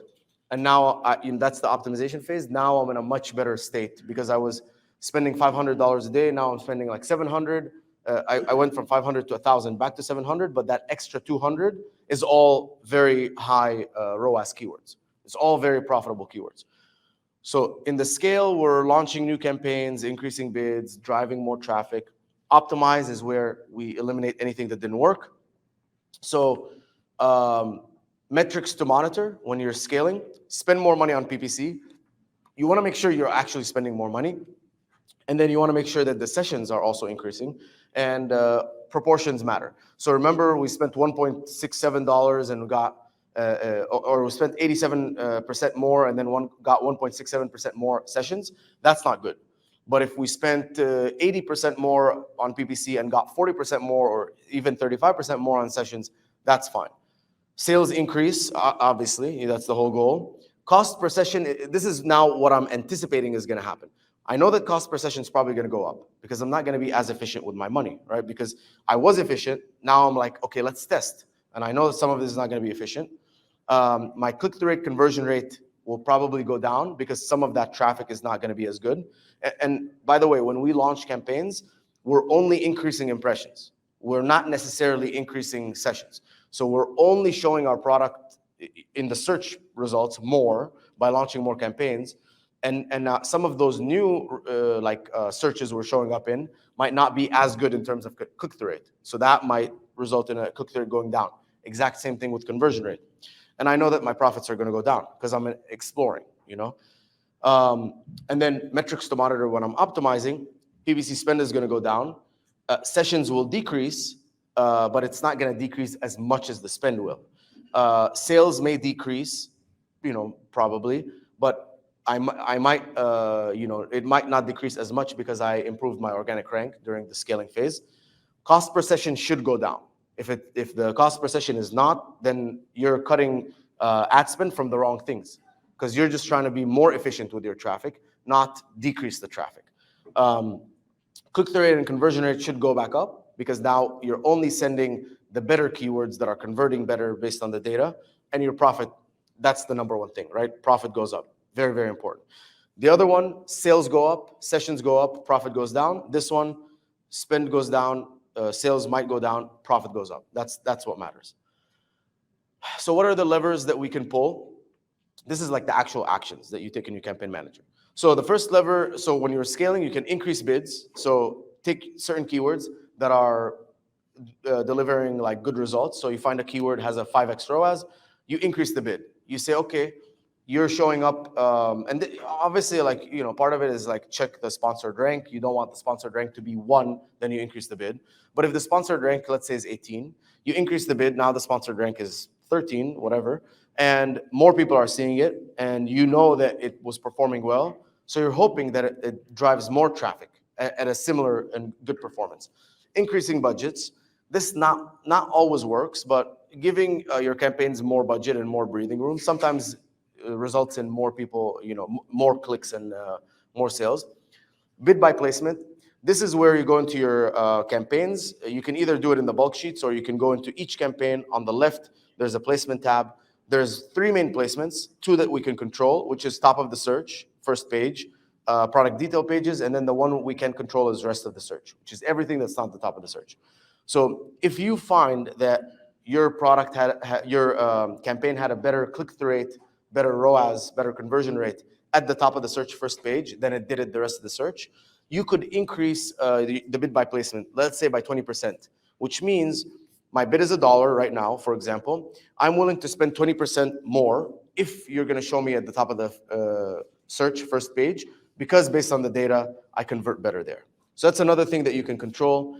Launching new campaigns with search terms that we don't already have, search terms that have shown to convert profitably in the past, and then launching, you know, sponsor brands, sponsor display, sponsor video, other placements in areas where sponsor product and maybe organic is pretty low. So let's say there's a certain keyword, electrolyte supplement for women, sponsored rank is low, organic rank is low. You can launch a sponsored video of your product showcasing a woman, and that might drive some more traffic. And then the optimization phase is a lot easier. All you have to do is lower the bids on the things that didn't convert, basically low ROAS or spent money and didn't make any sales. Pause keywords that didn't convert. So like maybe, you know, you've lowered the bids a bunch of times, it didn't work, so now you just pause them. Add negatives. So adding negatives to, so auto broaden phrase, it's not as easy as just lowering the bids because let's say a broad keyword could be 50 different keywords. So maybe 30 of those keywords are good, 20 of those keywords are bad. If you pause the bad ones, you end up with just the good ones. So that's adding negatives. And then One thing I didn't mention is the opposite of this. So if you increase the bid by placement because you thought it was going to do well and it didn't do well, you can bring it back down. So yeah, Amazon PPC optimization happens through bulk sheet, which is where you do the bid optimization. This is where you can lower the bids. You can also adjust the budgets. So campaign budgets, you can adjust them in the bulk sheet. You can also adjust the placements in the bulk sheet. However, in the placement report is where it shows a lot of data. So sometimes you need to have the placement report open and then the bulk sheet to implement the changes. And then search term report, that's where you find all of the keywords that either converted profitably or didn't convert profitably or spent money and didn't make sales. And you can either launch them in new campaigns or add them as negatives. So yeah, it looks something like this. Bulk sheet, lower ACOS. If the ACOS is low, increase the bid. Or if you're doing optimization, the ACOS is high, decrease the bid. If clicks, if you're doing optimization, clicks and no sales, decrease the bid. Low impressions, increase the bid if you're scaling. Search term report, profitable search terms, launch them if you're scaling. Non-profitable search terms, add them as negatives if you're optimizing. Irrelevant search terms, always negative them. Placement report, we talked about this. If the placement is doing well, increase a certain bid by placement. Vice versa if you're optimizing. And then increase budgets for campaigns that are doing well. So this is, basically everything that I went through. That's it. That's it for me. If you want a free audit, happy to look at your campaigns. Yeah, questions? Any questions, guys? I know this was a lot. No, you can ask me. Tools that you use for automation? Bulk sheets, we just use Excel. We have macros, we built out macros that are like for our style of work. But basically, I can personally go through an entire optimization in like 2 seconds, like realistically in like 10 minutes, manually by hand in bulk sheets. The only thing that takes a lot of time is if I'm extracting search terms, I have to extract them and then download all of my search terms in the bulk sheet per match type, so what broad, phrase, and exact, and then compare them, like cross-reference them with the search terms, and then see I'm unique in which match type, and then take them and create campaigns. That's the thing that takes the longest. But lowering bids, increasing bids, adding negatives, all that stuff is pretty easy. Launching campaigns with a macro is pretty easy. Cool. Mina, how do they get a hold of that sheet? Can they go through the audit or they need to email me? Just email me and I'll just send it to you. I have a text shortcut on my phone.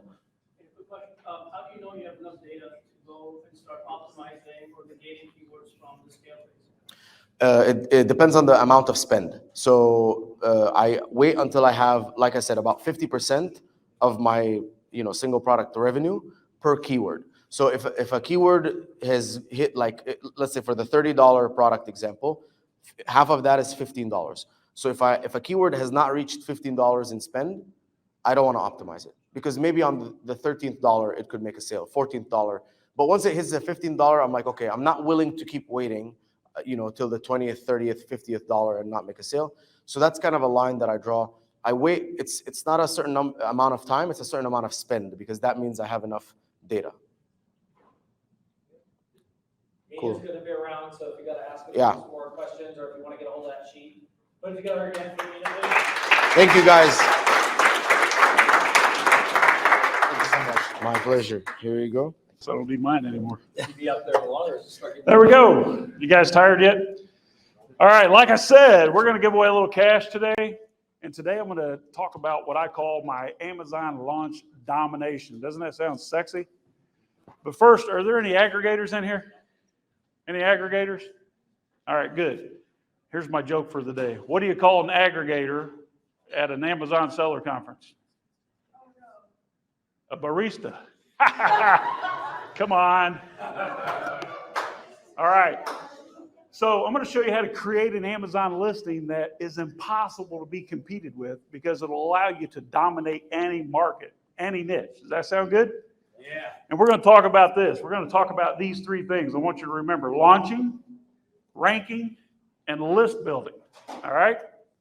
Launching, ranking, and list building. Now, I only have 30 minutes or so I'm going to do my best to help you retain this information by bribing you, okay? I'm going to make it more fun by giving away cash. I got a pocket full. Thank you, Rob. I got a pocket full of $50 bills here. So pay attention. I'm going to ask questions specific to the content. And if you get it right, you win $50, right? So to keep it fair, I'm just going to ask a question. The first person I call on is going to have a chance to answer the question, but no phoning a friend. So for $50, what's the 3 things we're going to talk about today? Anybody, raise your hand. Whoa! Stand up, young man. What's your name? Johnny. Stand up, Johnny. What are the 3 things we're talking about? Go for it, Johnny. Come on. 2 more. Come on. Timer's ticking. He's only got 30 minutes. Does ranking sound familiar? Come here, Johnny. That's close enough. Get over here. Come get the money. Say launching, ranking, list building. And list building. Yes. There we go. Launching, ranking, and list building. Now, who here wants to completely destroy your competitor's chance of stealing your sales? That should be everyone. How about being able to guarantee the success of every single new product you launch? Somebody say, yes. Yeah. We're going to wake them up here. I'm just showing you one of the 4 core concepts that I've used to build massive businesses on Amazon since 2014. This is just one. Then I'm going to give you an opportunity to see the other 3. But I have to warn you, what I'm about to show you is going to seem like some ninja black hat magic. But if you really stop and think about it, we're only talking about fundamental marketing and good business practices that we've simply applied to our Amazon business, all right? So you can do this. Everyone repeat after me. Say, I can. I can. All right, I heard you, Sebastian. So let's take a look now. I'm going to show you how to create irresistible offers on Amazon by stacking up so much value that your prospects that are shopping on Amazon have to sit up and pay attention. And it's going to be all about creating more value than anyone else out there, okay? Our listings on Amazon never need to compete on price anymore because the offer that we're making is not comparable to anything else out there. Are y'all with me? Yep. We're able to attract, thank you, more new buyers, convert them at a higher percentage, and then double and triple the value of each customer. But what does that really mean? If you can get 200 to 300% more from each customer without spending any more money, then what does that do to your profitability, right? Just imagine if you can make 2 or 3 or 5 or 10 more sales to the exact same customer. We're talking about profits through the roof, right?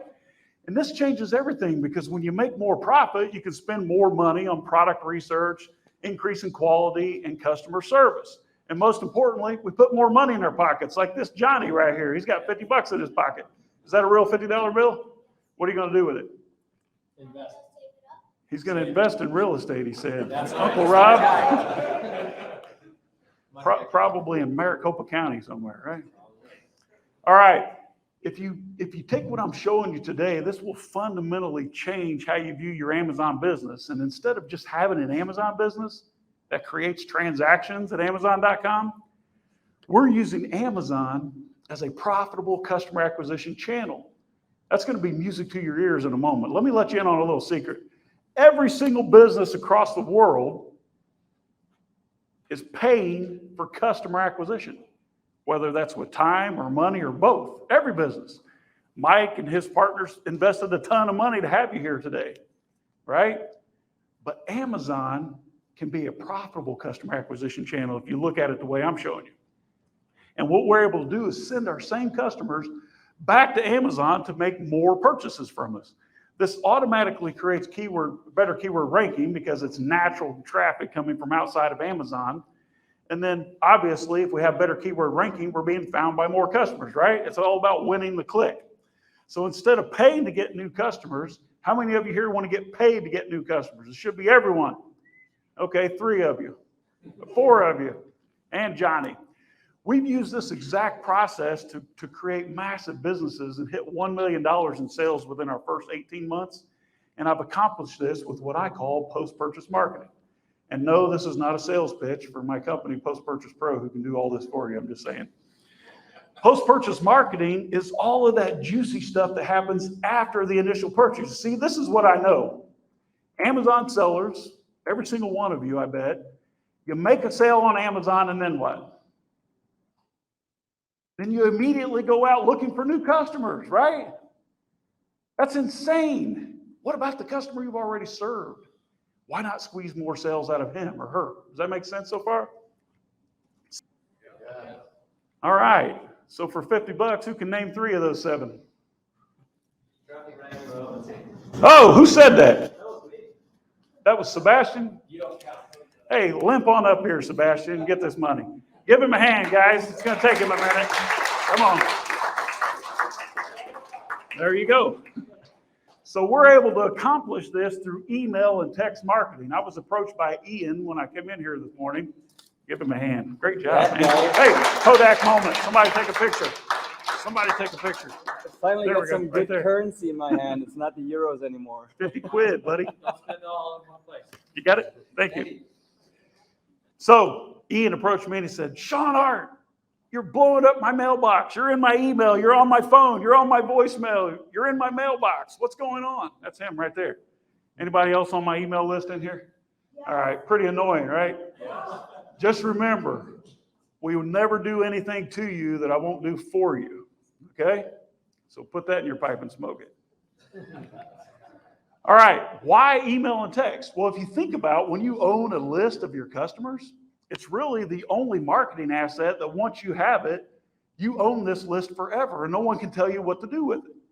They can tell you where to put it, but you just move it over to another ESP. We won't go there. This allows you to do better than social media followers or chat bots. All these things are cool, but at the end of the day, who really owns the traffic on Amazon or TikTok or any other social media? Not you. You think Amazon can stop you, or I'm sorry, you think Facebook can stop you from advertising to your own followers? You bet your butt they can. They own the traffic. All I'm saying is you need to own some of your traffic and take control of that. So the advantages are with this system I'm going to show you, you can create a list of raving fans, build an asset that increases in value every time, right? Create a valuable brand, control the narrative, increase your profits. You can use that list. How many of you wish you had a list of your own raving customers that you can launch your new products to? I know I do. I accidentally did this right the first time. You can control your search term ranking, create more reviews, and so on. So for Amazon sellers, there are really just 2 types of traffic that we talk about. We talk about paid traffic. Everyone understands paid traffic, right? You got to pay to play. And unless you've been under a rock for the last couple of years, you're probably just like me. Your paid traffic or your paid ads are going up, right? Unless you engage with Mina, of course. They're not getting any cheaper, folks. And then you have owned traffic. You can own and control a portion of your audience through email lists and phone lists. By the way, if you want to opt out of my phone list, just send an email to cs@postpurchasepro.com, all right? Don't try to sock me like he did back there. All right, Ian, I'm just picking on you a little bit. You okay, brother? Yeah. All right. All right, so paid versus owned. With paid traffic, you got to pay every time you use it. And the prices are going up every single day. But when you own the traffic, guess what? You can send marketing messages anytime you want for almost nothing, no cost. And you're owning a very valuable asset that increases in value every single time. You guys love it so far? Yeah. Say, how do you do it? Right? Here's how to crush your competition and at the same time build a massive source of traffic that you will own for how long? Forever. Forever is a long time, I found out. Here's the hack I call Amazon Launch Domination. I want you to pay close attention here because this is not something you're going to find in some training program or some Facebook group, all right? In fact, this is not probably something you've ever seen before, except for a few of you who are disqualified. Here's the entire system, but I'm going to break it down step by step for you, and then I'm going to show you 3 examples. Fair enough? Yeah. All right. I love my yes man. Brother Rob, he's the man. Thank you. Launch an easy, low barrier product. I just talked to Rich Goldstein about this in the hallway, didn't we, Rich? About launching something that's easier to digest. We call it a wallet opener. Pay attention. I've created numerous businesses, both good and bad, in my career, and I've often depended on my ability to create what I call a gateway product or a tripwire product that opens the door to the first step in my sales funnel. Now, this gateway product is a lower price, maybe a watered down version of the same product that we use as a tripwire. The only thing we're really doing is lowering the hurdle of acquiring the new customer, okay? I was talking to one of my friends earlier. His lead-in product is $15,000. Can you imagine spending $15,000 on someone you just met? That's not a tripwire, all right? We have to get them into the funnel first. You guys know how to boil a frog, don't you? Just a little bit at a time. You just keep turning up the heat. And finally, before he realizes he's a boiled frog. You've heard that before, haven't you? Yeah. All right, for me. Here's the problem, though. Most of the hero products that you want to sell and launch on Amazon are super competitive. So the barrier to entry is too high. Can you relate? Huge competition makes it super difficult to carve out a piece of that market and get started, doesn't it? All right, and remember, examples are coming. So when you launch your tripwire product, whether you're selling pizza cutters on Amazon or legal services with Rich, you have to make sure it's within the same niche, okay? If I want to build a list of Ford truck lovers, I don't want to sell them like Chevy truck components, right? We got to turn it up the heat a little bit at a time. So you want to sell something that complements the product that you're already selling. This should go without saying, all right? So we're using, remember, this tripwire gateway product to open the first order and then build a list. And then use the customer list to launch the product that we really want to sell, that hero product, where we make all the profit. You all with me now? Yep. All you're going to do is use the low hurdle product as a gateway to your sales funnel. And with doing this, I've used the same process to launch product after product successfully over and over and over again. And hopefully, when we get finished today, you're going to say, high five, Shawn, that's my favorite new launch sequence or favorite new launch tactic, all right? I'm going to sell you this today. With that gateway product, you want to dominate the market. The quickest way to do this, but definitely not the only way, is with a breakthrough price. What we do is we dominate that gateway tripwire product with an amazing price. Why? So we can get Amazon shoppers to sit up and say, what the heck is going on? You know, we want them to identify themselves and say, yes, I want this. And the easiest way to do that is to give more value, right? And sometimes at a better price. The next step is create a ton of break-even sales, all right? Yes, it's okay to lose money or break even on the very first purchase if you're playing the long game. How many of you are in the long game? Thank you. I know you are, Mr. Goldstein. Have you guys met Rich yet? Yes. You have? Coming up next. This guy's, he's brilliant. He's genius. Raise your hand, Rich. That's my man right there, Rich Goldstein. If you want to know. Yeah. I'm warming them up for you, buddy. What you want to do is demand attention with awesome value using OPP. Now, let me see where my 90s kids are. Who's down with OPP? Yeah, you know me. Hell yes. OPP means other people's products. We create an offer that will make any reasonable Amazon shopper feel stupid choosing any other product. And we do this by borrowing other people's products to use as bonuses. This is where it's going to get really interesting, so pay attention here. We're going to compel your buyers on Amazon to opt in to redeem some cool bonuses. All right, imagine if Avast would have emailed you and said, hey, if you come in here and spend $49 to get in this event, I'll give you a 5-day, 5-night Disney cruise vacation, all inclusive. That's a pretty good bonus, right? Isn't that a lot of value? That's all we're doing here. The buyer, though, must redeem that bonus, that Disney cruise voucher. I'm going to give you all these slides, all of them. I love getting my picture taken, though, but I'm just saying, save your energy. I'll give them all to you.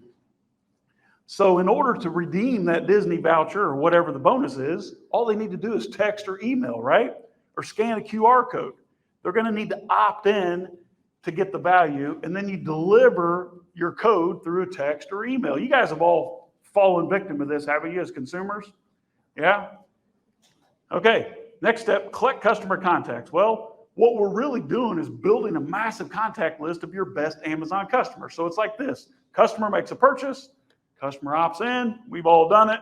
Customer gets free bonuses, followed by what, Ian? Tons of emails and text and voicemails, right, buddy? You're welcome.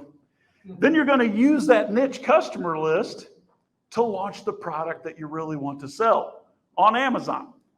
You have a captive audience of customers who already know, like, and trust you, hopefully, unless you're selling crappy products. You're the most obvious person to buy the next product from if you play your cards right. How many of you have an Amazon shopper list from your sales? Anyone in here have one? Okay, so we have like 4 of you. So how many of you want to have an Amazon shopper list of your best customers? Okay, we have 1. Seriously? You guys want to eat lunch again? Who wants an amazing customer list of your Amazon buyers who are willing to buy anytime you send them an email? Yeah, okay. I'm in the right room. You guys feel like you're at a revival in the South? Yes. Okay. You going to pass the offering plate? Yes, I will. All right. These customers have already shown interest in your product category and they've opted into your list, right? So they recognize your brand and you've already shown tremendous value, I hope, with your product. You have to keep the list warm, though. This is why I'm in your inbox daily, Ian, because if I'm not talking to you, you're forgetting about me. You need to stay top of mind for your customers through order confirmation emails. That's very high value real estate.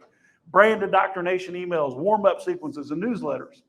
If you ain't telling, you ain't selling, right? So their job as a customer is to either engage with your brand or get the heck off of your list.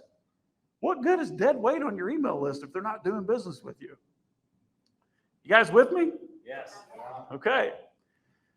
Next step, you can launch or relaunch anytime you like. So whenever you need to launch a new product, hopefully in the same category, or relaunch that dud product that slowed down after Prime Day, you know who I'm talking to, you already have a list, guys. All you have to do is email the list because look, they've already said yes to you once. They already know, like, and trust you, and you've shown value. Final step, you can do this as often as you like. A lot of you say, well, I don't want to annoy my customers. Well, guess what? They'll just unsubscribe. It's no big deal. Why do you want to talk to somebody that don't want to listen? Okay? You need to focus on the people who do want to engage your brand, those who stay on your list, like Ian. You still read my emails once in a while, Ian? You don't? Unsubscribe! But at some point you will. I'm just kidding. Stay on board. You can repeat this process for every single new product. Now, has anyone here read my book, Private Label Millionaire Secrets? All right, we have like 5 of you. So you guys are disqualified from this next question. Okay? Who can tell me for $50 the name of my book? Seriously? Did you raise your hand and read it? Oh, you did? What do you got? What's your name? Alex. Alex. No. That was not even close. Yes, sir. Yes! Come over here and get your money, man. Hell yeah. This is the only way to follow Mina. You know, he's just a brilliant mind. There you go. And there's your copy of the book. Thank you. Give him a hand. All right. This is the one thing that I want you to understand. The simpler the first ask, the easier it is to get the first yes. Now, my brother Rob has a beautiful wife named Desiree. Have you ever seen her? I'm telling you. Very few. Way out of your league, buddy. I know. But I guarantee you, he didn't ask her to marry him on their first date, did you? You have to get that simple first ask and create what I call a slippery slope. Because each ask that ends in a yes, it becomes easier and easier to get more and more out of that customer. We all know about this as a consumer, but we need to put our marketing caps on today and think about that. This is a simple flow that we use, or an old flow that I use in my business. We have to provide more value each step of the way as our customer travels your sales funnel, your customer flow, or the customer journey. Is this making sense? Yes. Instead of focusing on our desired result, which is, I want to sell this product successfully. Remember vitamin C serum? I still can't figure that one out. Instead of focusing on what you want, instead focus on getting that first yes. The easier it is to get the first yes, the easier it is to get the second yes, right? So getting the easiest first yes from your prospect, because I know, I've been doing this my entire adult life. After a buyer said yes one time, guess what? Each additional yes becomes much easier, right? This is why my slippery slope effect is so good in marketing, and why in our launch business, when we're doing physical products, we put a ton of pressure on getting that very first order. So you guys ready for the first of 3 examples? Yeah. All right, who's having fun? Yeah. All right, we don't need any more jokes. This is a business that I sold back in 2014, or in 2017, but when I launched it right here, it was super competitive, right? But with this exact strategy, folks, friends, our competitors didn't stand a chance. What I found was that the sleep mask was a perfect gateway product for quickly creating 250,000 orders at a low price on Amazon, and a list of over 50,000 Amazon shoppers who've already identified themselves as being interested in sleep products. We used that 50,000 person list to launch the product that we really wanted to sell, the bamboo pillow. Somebody say, how'd you do it? How'd you do it, Shawn? I got you guys right where I want you. I changed the presentation on you, Mike, but I hope you're having fun anyway, aren't you? Are we doing all right, Natalia? How about a Vask, man? What a hell of a team, right? Give them a hand. You guys are amazing. Please don't get discouraged. You got to keep doing these. This is where magic happens, you guys. Don't you love meeting like-minded entrepreneurs and sharing ideas, finding out what to do, and more importantly, what not to do? I know I do. Here's how we did it. We launched the sleep mask at a super competitive price of just $5.99, where we barely break even, but it helped us build a list of raving fans who have already digitally identified themselves as buyers of sleep products. It's what we do next. It's crazy. The overarching idea, you should get this. Create a self-liquidating offer, like the sleep mask, build a list from those sales, and then use that list to launch the product that you really want to sell, or the product you're already selling and want to get a lift, and any other complementing products.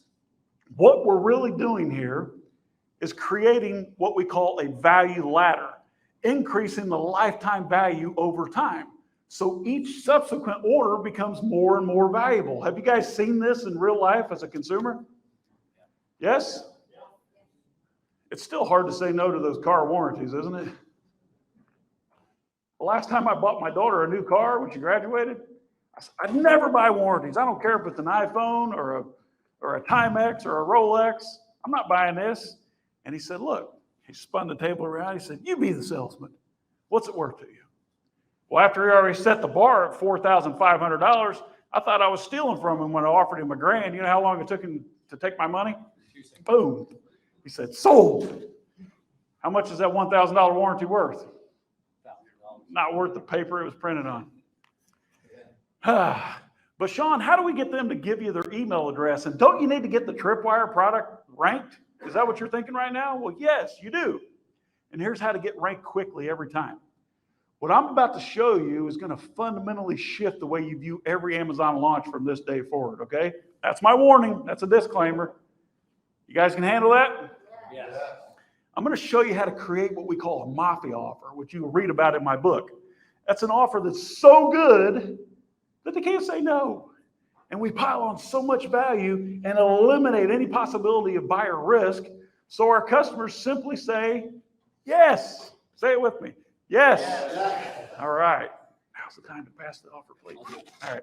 This removes all the barriers to getting that important first yes.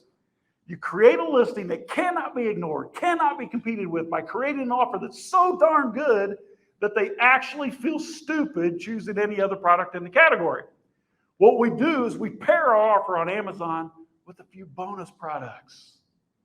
These bonus products are magically fulfilled by a third party, and you even get paid commission for giving it away. Does that sound too good to be true? Yes. Well, let me explain it to you. What we're going to do is add more value to your listing, and at the same time, we're not adding any additional cost to you, the seller, or the buyer. We do this with what we call affiliate networks. It just got real, didn't it? Man, I just scared Ian off. With affiliate networks, they allow you and I to offer their high quality products as bonuses, absolutely free to our customers, and they pay us to give them away. Isn't that ridiculous? These are called CPA offers, or cost per action. So maybe Nike wants to promote a new style of sneaker. So they'll pay you and I to give a free pair of Nike socks to our Amazon customers in exchange for an email address. And then what? Nike's smart. They're going to use those email addresses to launch their new pair of sneakers, right? How many of you here, and be honest about this, okay? How many of you here have ever entered a drawing to win something free, like a cruise? Keep your hand up.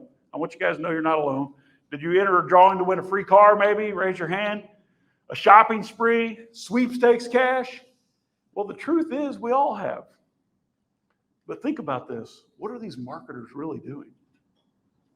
What they're doing is they're building a contact list of you and I as consumers who are already interested in a cruise or a car or sweepstakes, right? Then they follow up through social media, email, retargeting, chat box, SMS, yes, and voicemails too, Ian, and direct mail. They're trying to get us into their sales process so that they can extract money in the form of sales and profits, right? Here's what to do. You're going to create a unique value stack inside your Amazon listing using complementing products and services that you don't have to support. When you create a value stack inside your listing, what you're doing is you're creating an offer that cannot be competed with, making it absolutely impossible for your customer to make a purchase decision based on price. Somebody say amen. Amen. We know that's what causes all the profits to erode out of the products, right? It's racing to the bottom. You don't have to do that anymore.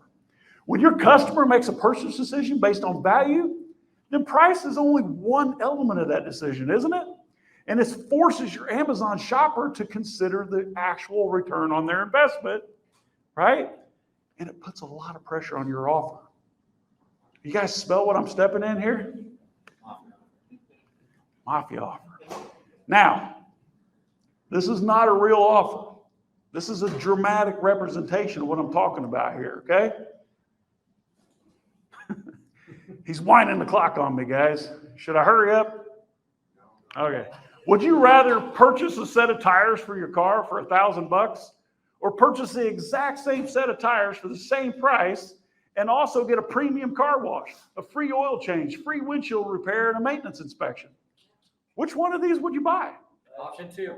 Option two, obviously. It's not even debatable, is it? Now, name the 4 bonuses that come with the offer there for $50. Not you. You've seen it. Who knows the answer? All right, what do you got?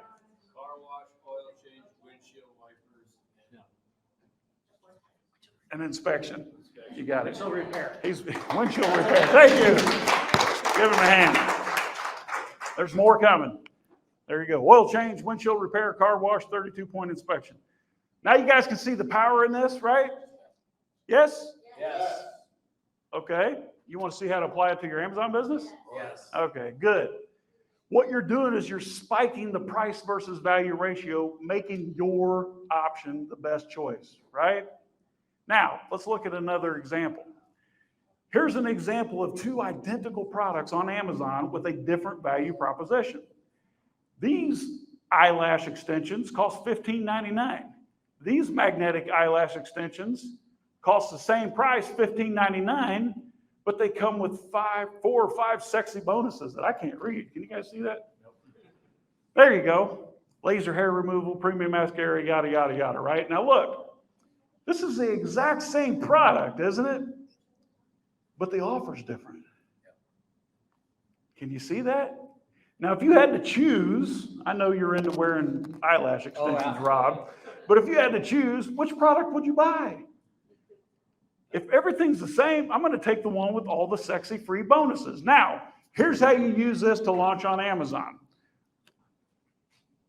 Let's assume that you want to sell this pizza stone on Amazon. It's heavy, right? It's high price, high minimum order quantity, and it's a high barrier to entry. It looks like a great opportunity and lots of profit potential, but it's very competitive. What can you do? Well, you're going to have to, exactly. You're going to have to stack the deck in your favor before you deal the cards. Are you with me? You could find a gateway product to build your list. So you look in the frequently bought together section, now known as buy it with, and you see this pizza cutter as an opportunity. So you build a highly optimized listing selling a similar pizza cutter, but at a breakthrough price. So you dominate. And then we apply more pressure to the offer with a bonus product. We can literally offer a free Domino's pizza with each order of a pizza cutter. Say what? Say what? Exactly. Wait a second. The pizza cutter's $5.99. I get a free pizza worth $17. Is that a mafia offer? Yes. Who wants pizza now? Yeah. Look, Domino's will even pay you $3 to give away the damn pizza. This is crazy, right? Are you guys excited as I am or not? Yeah. All right, let's move. Your customer can buy your low-price pizza cutter and get a free pizza from Domino's in exchange for an email address. Does that sound exciting? Yes. Now, would you agree that this offer is so good, you'd have to be stupid to buy another pizza cutter? Yes? Yes. All right. We have a popular pizza cutter that already sells well, and we price it so that it stands out in a crowded market and screams, hey, buy me, right? Yep. It becomes the obvious choice. And then we add pressure to the pizza cutter with a free pizza. The pizza's worth $17, my friend. Hello? You get it with a pizza cutter for $6. So the choice is this. Option one, you get a pizza cutter for $12.99. Boring. Option two, you get a similar pizza cutter for $5.99. Yep. And you get a free pizza worth $17 of value. Do you see how these are different? I hope so. Now, isn't it reasonable to assume that anyone who wants a pizza cutter would probably be the most likely candidate to buy a pizza stone? You guys with me? Yep. All right. So major retailers around the world will pay you and I to give their products away 100% free. A lot of these companies you already know and you do business with, they'll pay you $1, $2, $5, $12 to give away their products for free, and you don't have to fulfill the products. This is an amazing opportunity to stand out on Amazon, right? So why, Shawn, do the retailers give away pizzas for free? Does anyone know? They're building a customer list. They're collecting your information so that they can sell you a freaking pizza down the road. Why do you think Burger King wants to give you a free sandwich for downloading their app? So they have a good way to contact you in the most personal way possible in your cell phone every time you drive by a Burger King. It's just marketing applied to Amazon, right? How many of you are paying for sponsored ads? I know I am. This is very similar. These retailers are happy to give away something in the beginning to gain a customer. Now, where do we find the products to give away? That's the big question, right? I'm going to show you a few places. My favorite, where I actually found the offers I shared with you, is offervault.com. And I'm in no way affiliated, but look, you can give away the eyebrow gel color. You make $1.30 for giving it away.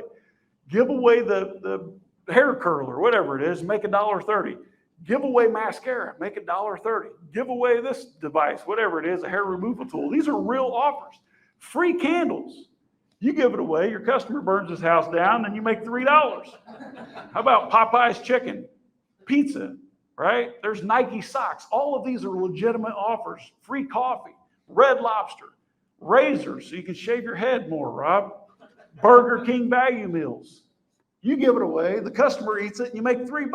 Are you guys excited? Yeah. Yay. I flew out here from Cincinnati this morning to share this with you, so hopefully you're having a good time. It's super easy. All you have to do is go find the offer, apply it to the network, grab your unique tracking link, give that link to your opt-ins, gift them free cool stuff, and then get paid for it. It's really this easy. Remember, when you do it this way, what you're doing is setting yourself apart from all other offers so that you can increase your price, boost your conversions, gain rank, build a customer list, and then use the customer list to what? Launch your new products. You guys see how we're getting paid to acquire new customers now? This is a win-win-win because you win, the retailer wins, Amazon wins, your customer wins, and guess what? I win again. Everybody wins. This is what it looks like. All you have to do is register, go search for an offer like Domino's Pizza, scroll down and click run the offer, and then you'll be zipped away to the affiliate network that's managing that offer. Here are 3 others to check out. ClickBank is probably the oldest, but Max Bounty is my second favorite, so not necessarily in that order. So what are we missing here? Did I leave anything out? How do you get your customers to opt in, right? We have to use what we call an attention-getting marketing device, an opt-in page, and then an autoresponder. So real quick, element 1, you need a device that delivers along with your product that tells the customer exactly how to opt in to redeem their bonuses, also called a product insert you're familiar with, right? This insert will direct them to opt in to redeem the code on a simple landing page that will automatically deliver the promotional code via email. This is automations. Anybody here familiar with ClickFunnels? Yeah. Okay, we use ClickFunnels. Dang, Johnny on the spot there. Johnny, the customer has to open or click the email to redeem. And when you deliver it via email versus the next page in the funnel, it spikes your sender reputation. So let me just explain that to you. I know we're out of time. If you opt in and I say, I'm going to give you a free coupon, you give me your email, the next page I say, thank you, here's your free coupon. The only thing I've done is serve you, right? What we do is we say, opt in for your coupon. Page 2 says, great, we have your opt-in. I just sent you a very important email. Go to your inbox, open it, and click it right now to claim your bonus. What did I just do? I've proven to the email service providers out there that my email is trustworthy. It's relevant. It's valuable because you clicked on it immediately. Does that make sense to you guys? Yeah. That shortcut right there will get you 300 to 400% higher open rates and deliverability than anything else. Take a picture of that. I'm not going to go through it. They're winding the clock on me. I love you, Mike. You got it? Tell me where I screwed up later. It can be simple, okay? This insert simply asks the buyer to scan a QR code to claim his free bonus. When your customer scans the code, they'll be taken to a page that explains the offer in your listing. This is called an opt-in page. Pick your bonus, enter your email, and submit now. Remember, this is about the customer. It's not about you. All we're doing here is offering tremendous value to gain the email address. Don't ask for a review or something stupid like that because you'll get yourself in trouble.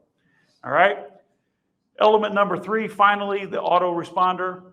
Your ESP, or email service provider, stores the contact's information with MailChimp, delivers your affiliate link, maybe you use Aweber, or Pacvue. The customer follows the link to claim the bonus. Are you guys familiar with these? Okay. You can easily set up the automation and the page inside your email service provider. Like say you go to MailChimp and you say, create an opt-in page. It's that simple. And then what do you want to happen after the opt-in? Hey, I've sent you an important email. Go check it out. That's going to spike your sender reputation. We like to use MailChimp for this process just because it's super simple. Don't be fooled into thinking that you can do this automatic or do this manually through like a Gmail vacation responder or something. You can't do this because each offer is unique and has to be treated and segmented uniquely. We currently manage thousands of these Amazon product automations just like this for our clients. Now, for the last $50 bill, who can tell me 2 of those 3 email service providers that I shared? Yes. Yes. Do you know the third one? Just for a fist bump? Hey, Weber. Give him a hand. John. All right. You got it right. Okay. So here's the overview. Launching products is risky, right? And getting ranked for a product is difficult. Some products are high barrier to entry, aren't they? Trying to launch and rank with PPC is very expensive. So, and in case you didn't know, this is an old slide actually, launching with rebates is against terms of service. You guys are aware of that, right? Amazon, though, controls the entire process for the customer's order. So they make it impossible for us to build a list unless you're more savvy with this system. So the solution is launch a low barrier tripwire product, okay? Add a lot of pressure to the offer by piling on more valuable bonuses, and then show your customers how to redeem the bonuses with an attention-getting marketing device. Your landing page explains the offer, and then you use your new customer email list to generate free traffic and sales anytime you want, all right? So here's the real difference. While a lot of sellers out there are making sales to create customers, that's great. We're creating customers so that we can make sales, increasing that lifetime value over time. This tactic will increase your sales, I know, in a significant amount because I see it every single day in businesses just like yours and clients we serve around the world. To get different results in Amazon, we have to be willing to take different actions, right? You all agree? And I know that if you add a high volume gateway product to your business, then you're going to accelerate your customer acquisition just like we do, and you'll make a lot more money. Now, that's just one of the 4 strategies that I like to share. So if you like this strategy, then you'll love my other 3. You guys want to learn a little bit more from me? Yeah. All right. On Tuesday, I already have this booked. I have this webinar. So if you pull out your phone, this is for you, not your friends at home or on Facebook. But I'm doing a private webinar. You can go to Shawn'sTopSecrets.com or scan the QR code. It's 60 minutes, okay? So don't start moaning at 40 minutes and tell me to hit the fast forward button. It's 60 minutes, okay? It's going to take me 60 minutes to go through 3 best kept secrets in our Amazon success. And you guys are all invited. It's going on next Tuesday. Who's going to join me there? Let me see. Okay, yeah, we have room for 6 more. And then when you register for that, you're going to get a downloadable copy of these latest 2 books, the one I just gave away and this new one here. All right, this will come in PDF, and you automatically get all the slides. My name is Shawn Hart. Thank you. Okay, so we're going to talk about protecting your business's intellectual property on Amazon. And it's kind of interesting to do this mid-afternoon. I mean, it's like when you want to wake people up, do you want to talk about patents? And it's kind of funny because 2 of my good friends have done, my friend Steve Simonson put me on at 4 p.m. The last speaker at his event was. And then my good friend Kevin King also put me on at 7 p.m. to talk about patents. Now, again, it's not typically the most exciting topic in the world, but we're going to make it interesting. And a little bit about me, my background. I've been a patent attorney for 29 years. I have over 2,000 patents issued, and I'm the author of the American Bar Association's Consumer Guide to Obtaining a Patent. And as Robbie mentioned, I like to throw parties. And if you've ever been to, I mean, who here has been to one of my parties? All right, awesome.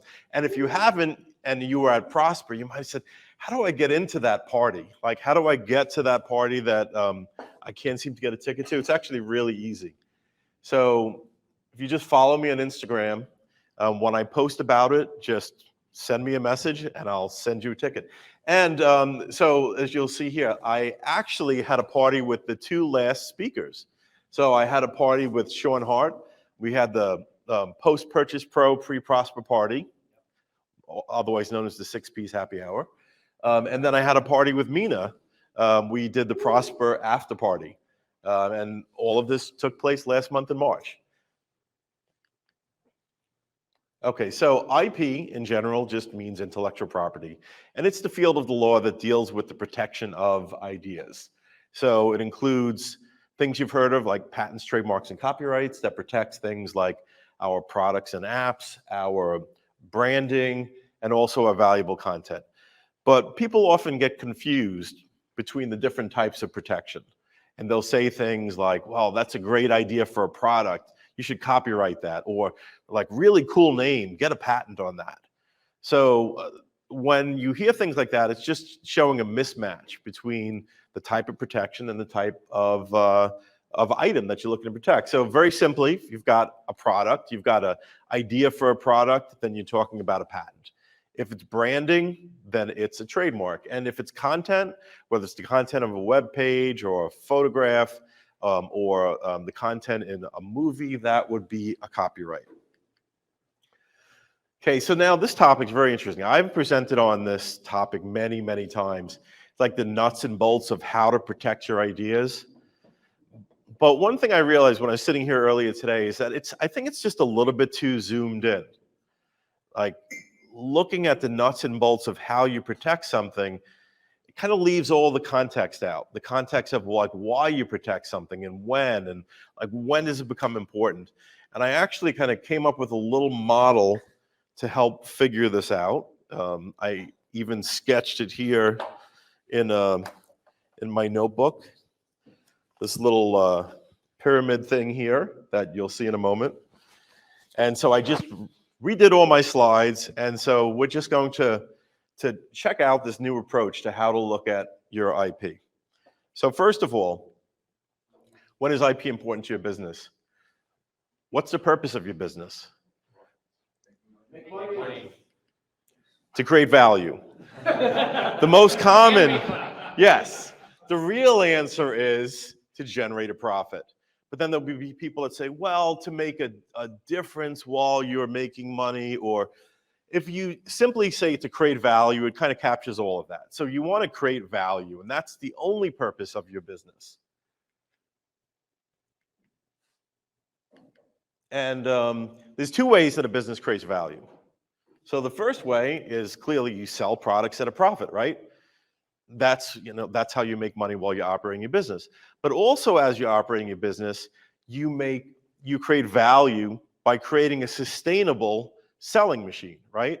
By creating a machine that continually sells products at a profit, and because it's sustainable, you've created something that's valuable in itself in the business, and you recoup that value when you exit. So those are the two ways that you create value in your business. And so then when does IP become most valuable? Actually becomes the most valuable when you've got a business that's making a profit, and then the IP you have will multiply that value. Usually the IP by itself doesn't have much value. There's exceptions. There are times when you've got a patent and maybe someone is interested in licensing that. But truly when it becomes valuable is, let's say you have a business where you've got $2 million a year in EBITDA. So $2 million a year in profit. And you're going to sell the business. Maybe you'd be offered a multiple of 4 times if you didn't have IP. If you've got good IP that actually would prevent the competition from doing anything similar to what you have in mind doing, it might dramatically increase the multiple. So instead of a 4-time multiple, maybe you'll get an 8-time multiple. So instead of getting $8 million, you get $16 million. So you just made $8 million on an investment in IP of, let's say, maybe $100,000. So that's an 80-time ROI. But even if you get kind of crappy IP, so you got some branding, but it's not that, you got trademarks, but it's not really that important to the product, or people aren't necessarily looking for the name, or you've got patents, but they're very specific and they're not really going to prevent people from doing a similar concept, it's still going to increase the multiple. Maybe instead of getting a 4-time multiple, you get a 4.2, but that 0.2 on 2 million EBITDA is an extra $400,000. So you still made an ROI. So you're always going to get an ROI at exit if you invest in IP. And it's very interesting. I finally found this graphic and I was very excited about it. This kind of shows what's been happening in business over the past 50 years or so. It used to be that the most valuable companies in the world, like the IBMs and ExxonMobils and 3Ms in the world, 5/6 of their value was tangible assets. Like they own trucks and they own ships and they own real estate and factories. And that's where all of the value came from. That little sliver of blue was the intangible. That was the branding and the IP, the patents, things of that nature. But over the years, it's shifted and it's actually reversed. So now these days, the most valuable companies in the world, they make their money, or their value is based almost entirely on the intangible. Now, the most valuable companies in the world are like Apple, Alphabet, Microsoft, Amazon, and Facebook. It's all their IP is where all their value is. So if the most valuable companies in the world are creating their value that way, how come smaller businesses are not creating their value in that same way? And the answer is, well, we'll get to the answer in a second. But first, like, what keeps sellers away from IP? Like, what are reasons why people don't pursue their IP, don't protect their IP? Cost? They can't. They- They don't know about it. It's already known. Yes. They don't get qualified. Exactly. And so, yeah, I would say the biggest reason is it's intimidating because they don't understand. So they don't know if they can or they can't. They don't know if it's worthwhile. Just in general, they don't know. And, now, so back to that question. So if creating IP assets always creates an ROI when you exit, why don't sellers invest in IP? They're limited resources. There's competition for scarce resources. You don't have an unlimited amount of money. And so, like, if you had an investor who was like, you know what, if there's anything you need to do that's valuable, just go ahead and do it. It would make sense to max out your IP, file 10, 20 patents. You'll get that money back at exit. But that's not the way that we start our businesses. That's not the way we run our businesses. We have other things that are competing for those same resources. It's like spend money on a patent or spend money on clicks to generate traffic. So because we have to make those types of choices, the limited resources, we don't always do the thing that maximizes the value. And that's kind of what led me to this, as I sketched in my notebook here this morning, is the determination of when you do things related to IP is a matter of the value that's at stake, either what you stand to gain or what you stand to lose. The information that you have about whether it's worth it, about whether it's valuable, about what you should do, about what's appropriate, and the resources that you have. So these three work together in so many different ways, and in almost any situation related to IP, it's always a function of those. And with regard to the information, I think it's two things. So it's your own knowledge about IP that comes into play. Like, you kind of know, like, well, is this something that I should be spending my time or spending my money on, right? But it's also sometimes you have to pay for that information. So just like as an example, you've got someone who is saying you're infringing their patent, and they're shutting down your listing. So, well, you might need to find out, is it a legitimate shutdown, right? You want to find out, is it a legitimate shutdown? You want to find out, like, well, is this a real patent? Am I actually infringing, or is it BS? It might cost you some money to do that, right?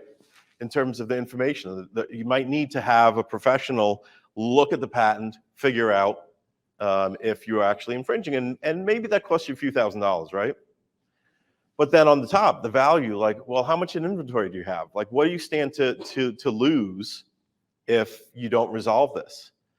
If you've got $100,000 in inventory and the listing was generating before, let's say, $20,000, $30,000 a month, then it probably pays to get that information to spend the money appropriately toward achieving that value. So anyway, I just came up with this framework as a way to help make those decisions with regard to your IP and protecting your IP.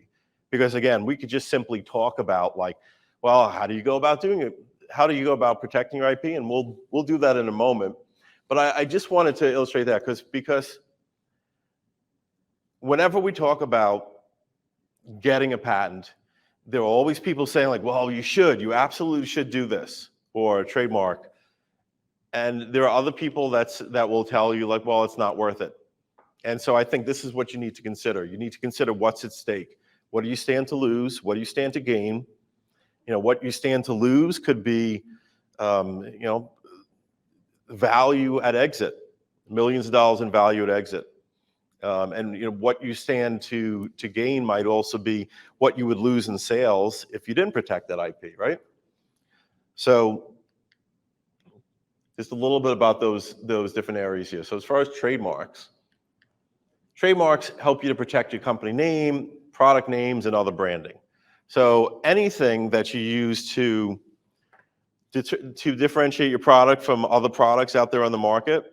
So like this Coca-Cola can, you've got the name Coca-Cola, you've got the writing style or the logo for Coca-Cola, and you've even got a slogan, like the real thing. All of those are trademarks of Coca-Cola because they're things that consumers associate with one company and one company only. And similarly, you as brands can create those types of marks. You can create those types of things that help differentiate you from the competition.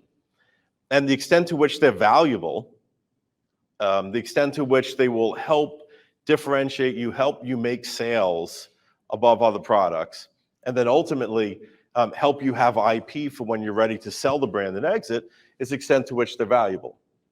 But the thing is with trademarks is that they're relatively inexpensive, a lot less expensive than patents, a couple $1,000. So it's pretty much a no-brainer to file your trademarks wherever you can, because they will lead to a huge ROI when you exit. And also, I've seen many deals. I mean, you could ask any aggregator if they've had deals where the deal looked great, but then it fell apart because the seller didn't have the trademark, and they'll all have a story to tell. Like so many multi-million-dollar deals have fallen apart because they didn't spend $2,000 on a trademark in the beginning. So trademarks are basically a no-brainer. And as far as patents, they protect the physical appearance of a product. Also, kind of what is structurally different about a product, and chemical composition. So if you've got like a skincare lotion with a different set of ingredients, or you've got a supplement that have a different set of ingredients, that could potentially be patentable. And it also can be processes or software. So if you're developing a platform, something that is providing some unique functionality, then the process of operation could be protectable. And there's two main types of patents that you create for your products.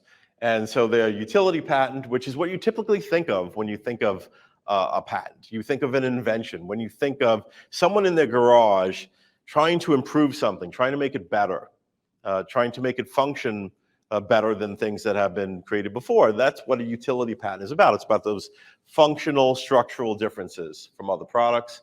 And design patent, though, is just about the appearance. It's about a shape. It's like a unique shape for a bottle or a cup or some other type of object. And now, traditionally, like most patent attorneys would say, well, design patents, like they're okay, but they're not really typically worth it, because if someone just changes the way that the product looks, they're not going to be infringing your patent. But these days, they've become extremely valuable on Amazon, and really for two reasons. Number one, if someone copies your product, they don't get imaginative about it. They don't get inspired by your product and say, well, let me make one kind of following that inspiration and design their own product. No, they just knock it off. They just copy it exactly. If they copy it exactly, it's going to look like your product. It's going to look like your design patent, and it'll be something that you could shut down. The other reason is, I think something happened here with there we go. The other reason is that, so utility patents, the ones that protect the functionality on more conceptual level, the way that you infringe them, it's through words. It's through meeting some really technical description of what the patent covers. You give that to an Amazon employee, they're not going to know what to do with it. They're not going to shut down the listing because they're not going to really understand what the patent covers. But now design patents, it's mostly all about the pictures. So it's like you have that employee at Seller Central that's looking at your IP complaint, and they're looking at your competitor's product, and they looking at the pictures, they say, well, it looks the same to me, and they'll shut them down. So it's actually a lot easier to shut down a competitor when you have a design patent. So whereas traditionally, patent attorneys would say, well, design patents might not be worth it. These days on Amazon, they've become an extremely valuable tool. All right, timing is critical. And this is interesting because most people don't know this. I would say 95% of business people don't know this. that if you publicly disclose a product and 1 year has passed since that public disclosure, it's too late to ever apply for a patent in the US. And the thing is, like, if you didn't know patent law, if you didn't look into patent law before, you wouldn't know that. And again, going back to what we were talking about before, about scarce resources, it makes total sense as a seller for you to say, well, you know what, like, patents are expensive. If I'm going to launch the product and if things go well, then I'll get a patent. The problem is they let time go by and then it's too late. And I can't tell you how many times, and Ray, I'm sure you've been in the situation too, where people come into our office and they say, well, I've got this product, it's doing really well. You know, I just got to get a patent on it. And we ask the question that we don't want the answer to, which is like, how long you've been selling it? And they say, well, 2 years, but you know, like, we're ready to go and money is no object. And it's great to have a client come in that says money is no object, but there's nothing we can do to help because it's just too late. And just a little further note to that too is that in the US, you can get a 1 year grace period, but in much of the world, you cannot. It's what's called absolute novelty. So if you launch the product, if you make it public before a patent was applied for, then it's just game over. So that's really important thing to know. And I'm not saying that you need to patent everything that you do, but the time to consider whether this is something that you should be focusing on patenting is before you launch. That's the time to really give that careful consideration. But now with trademark, it's different. There is no absolute time limit for when you need to file a trademark. There are plenty of mom and pop businesses that have been operating for decades without ever filing for a trademark. And then, you know, their granddaughter who is now taken over the business says, we need to get trademarks here. Well, you know what? If there weren't any other third-party activities that happened, there wasn't any, say, other company that was also started using that name or other complications, they can still apply for a trademark. So there's no absolute limit on when to apply for trademark, but as time goes on, things get more complicated. And like, for example, if someone files a trademark application before you and you've been using it for way longer than them, ultimately you'll probably prevail. You'll probably win out and you'll be able to get the trademark, but that's like $50,000 to $100,000 later, as opposed to just if you filed earlier for a couple thousand, you get your trademark. And like, what I really want to do is just open it for questions because I mean, people have a lot of questions about IP, yep. So let's say if Leave that there's there. somebody who's selling like a handmade item on Etsy or something like that, out of wood or something like that, and you want to go get a mold and get, you know, something similar done, but in a professional manner versus somebody kind of making it. Yeah. Would that be infringing on their product, so to speak, or is it like you're making a better mousetrap? Well, I mean, do they have a patent or not? I mean, I guess assuming if they don't, then probably not. And it kind of depends on what type of product it is, because there's a couple of things that get implicated. So copyright protects content, and to some extent, it could protect some useful objects like that. It gets pretty complex. Yeah. When it applies, but there could be copyright implications, especially if it's like a design on a shirt or you know, some type of, let's say, hand like painted ornamentation that's applied to some object. It could be copyright. Out of wood, right? If they're making something out of wood and it's kind of handcrafted, but you're like, oh, I can do another version of that, but like yeah, in a more a retail type version, right? Like a presentable version of it. Yeah, I mean, likely, but again, to the extent to which, I mean, think about it as like a sculpture, right? If it's like you're copying someone's sculpture, like that type of content is protectable by copyright. But if it's you're copying the concept of it, that's not protected. Concepts or ideas are not protected by copyright. There's also trademark implications sometimes when you're making a product that people would say like, oh, like that's a Hanzo sword. Well, that's a Kill Bill reference. But you know, like if you're confusing people into thinking that your product is something from a brand that they're familiar with, then that could be a trademark implication. But in general, you're probably okay following the concept of what someone else is doing. More like an arts and craft. Yeah, exactly. By the way, how are we doing on time? You got about 9 minutes. You're fine. Oh, okay. 9, 10 minutes. Yeah, A question in the back. I built a new product, started selling it about 6 months ago, and it's like a relatively new thing. I haven't seen anything else like it. I think at least the design is pretty unique. I think the design lends itself to like a different utility as well because of the waste design. Right. But anyway, that aside, about a month ago, someone else started selling something similar. Am I still able to patent it if someone else started selling it, but after me? Yes, if likely. If it was after you, then yes. Because the way it works is, in the last 10 years they changed the law, and it's a bit confusing. But it's like the first time that you sold it starts a grace period. That then, as long as you filed within a year, but as long as you were the first public disclosure of it, then the later one would not stop you if you're not otherwise too late because of how long you've been on the market.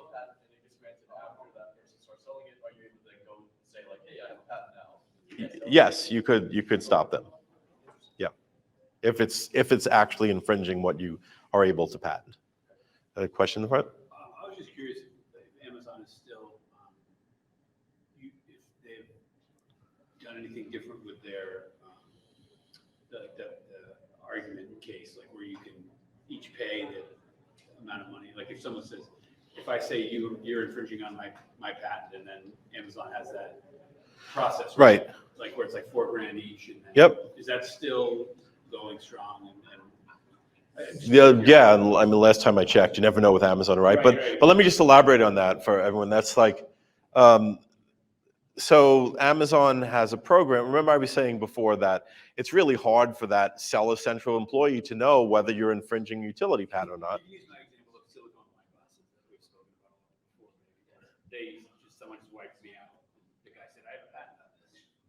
And it technically shouldn't have been given a patent in the first place. Right. But Amazon didn't care about that. Right. Yeah. So okay. So that's another level of it too. But essentially, so when you've got a utility patent, it's complex of whether someone's infringing or not. It takes interpretation. So Amazon created this program called the Neutral Evaluation Program, where essentially what they do is the seller or the person who owns the patent is saying, hey, that seller, that ASIN is infringing my patent. And so Amazon proposes like, okay, if you're willing to put up $4,000, or both sides put up $4,000, and we'll do an arbitration, and we'll essentially use the $4,000 to hire a patent attorney who then becomes the arbitrator of it. And then both sides present arguments. The patent owner presents arguments why it's infringing, and the person who has the ASIN presents arguments of why it's not infringing. And if the patent owner wins, they take down the listing. If the seller wins, then they get to continue selling their product. And then basically the winning party gets their money back. They get their $4,000 back. So that's how that program operates. But I think the thing you were touching on there too, to add to it, is like, unfortunately, the program is very limited. So as patent attorneys, like there are things we get to argue whenever there's a dispute, and it just makes sense. If I'm saying you're infringing my patent, you should be able to say, but wait a second, you shouldn't have a patent to begin with. It's called validity, arguing against the validity of the patent. You can't do that during the neutral evaluation. So they still don't allow that. So they don't allow it as a response because they're like, well, it's a limited procedure. And so we're not going to allow you to make those arguments where, sometimes that's really what would make it fair. Is to be able to say like, yeah, you've got this patent, you go around bullying people with your patent, but you shouldn't have it to begin with. But on Amazon, it doesn't fly. Yeah, right? So on that point, Rich, do you have any words of wisdom for people who are just trying to sell stuff on Amazon, but then some bullies coming after them with their patent and they're not really, or their trademark, and it's not really a meritorious claim, but in the meantime, they can shut them down at least for a while, what should people do? Yeah, well, two things I'd say is like, number one, if there's enough money at stake, going back to the value there, right? If there's enough money at stake, then you can follow one of at least two other routes to get the patent invalidated. You can go to the patent office, file what's called a petition for reexamination. You could also file a court action to invalidate the patent, but it takes time and quite a bit of money. Again, if there's enough money at stake, that's one thing you could do. The other thing, which, I mean, maybe it doesn't sound like much advice, but I think it's one of the reasons why it pays to diversify. So don't have all your eggs in one basket, because one of the things that's true is it's really tough to know if you're infringing any patents out there. So like sometimes people will come to me and say like, hey, Rich, can you do a review to figure out if I'm infringing any patents? And we call that a freedom to operate review. And that's the most expensive project we could take on, because it's kind of like we have to search for any patent that could infringe the product in any way. So like say it's for the microphone, it could be that there's a design patent on the shape. It could be that there's a patent on some circuit inside of here. It could be that there's a patent on the, on the element inside of the microphone. There's so many different possible things about a product that someone might have a patent on. And then to have to analyze those, that's 5 to 6 figures. So that doesn't make sense for entrepreneurs to invest that much. So a lot of times you just have to take a risk.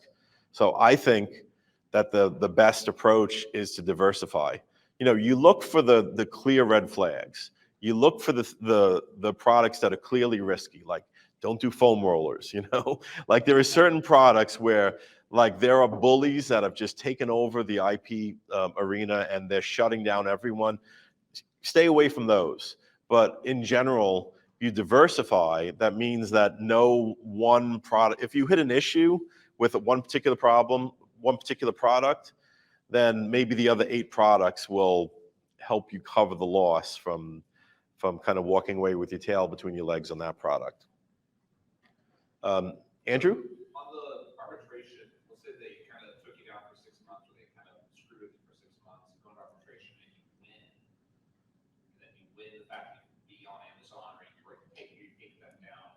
Can you sue them for doing what they did for the last 6 months? And 2, does winning the arbitration help with that lawsuit if you were to do that? Okay, so first of all, you can always do that. If you feel that you've been unfairly shut down by someone, then you can go after them for damages. But it's got to be complete and utter bullshit. It can't be like that they have like it was a close call type thing.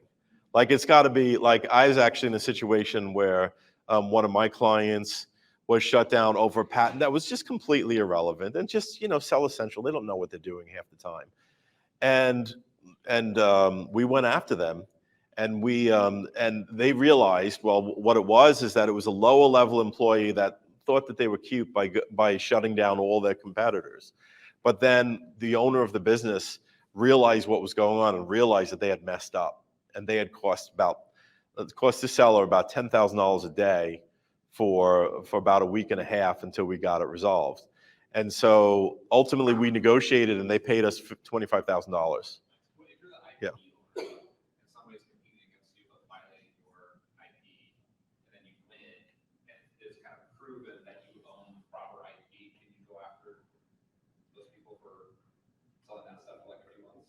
I haven't followed that exactly. So if I own the patent myself. So real quick, let's take a quick break, and you can definitely talk to Rich about this some more one-on-one. Put your hands together, please, for Rich.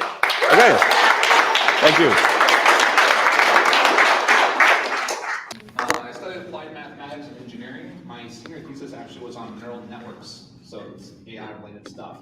I was a proper engineer for almost a decade, and then found Amazon, realized that you can make a lot more money and a lot more freedom by selling stuff on Amazon than by sitting in a boring engineering desk. But I had the chops there, and also I was He's not blue. Can you just chuck this in his pocket? With that.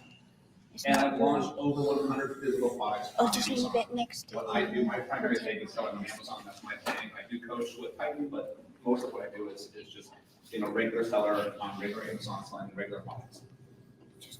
So my latest launches are Eliza, little baby Eliza launched April 2020, and little baby Arlo launched September of this last year.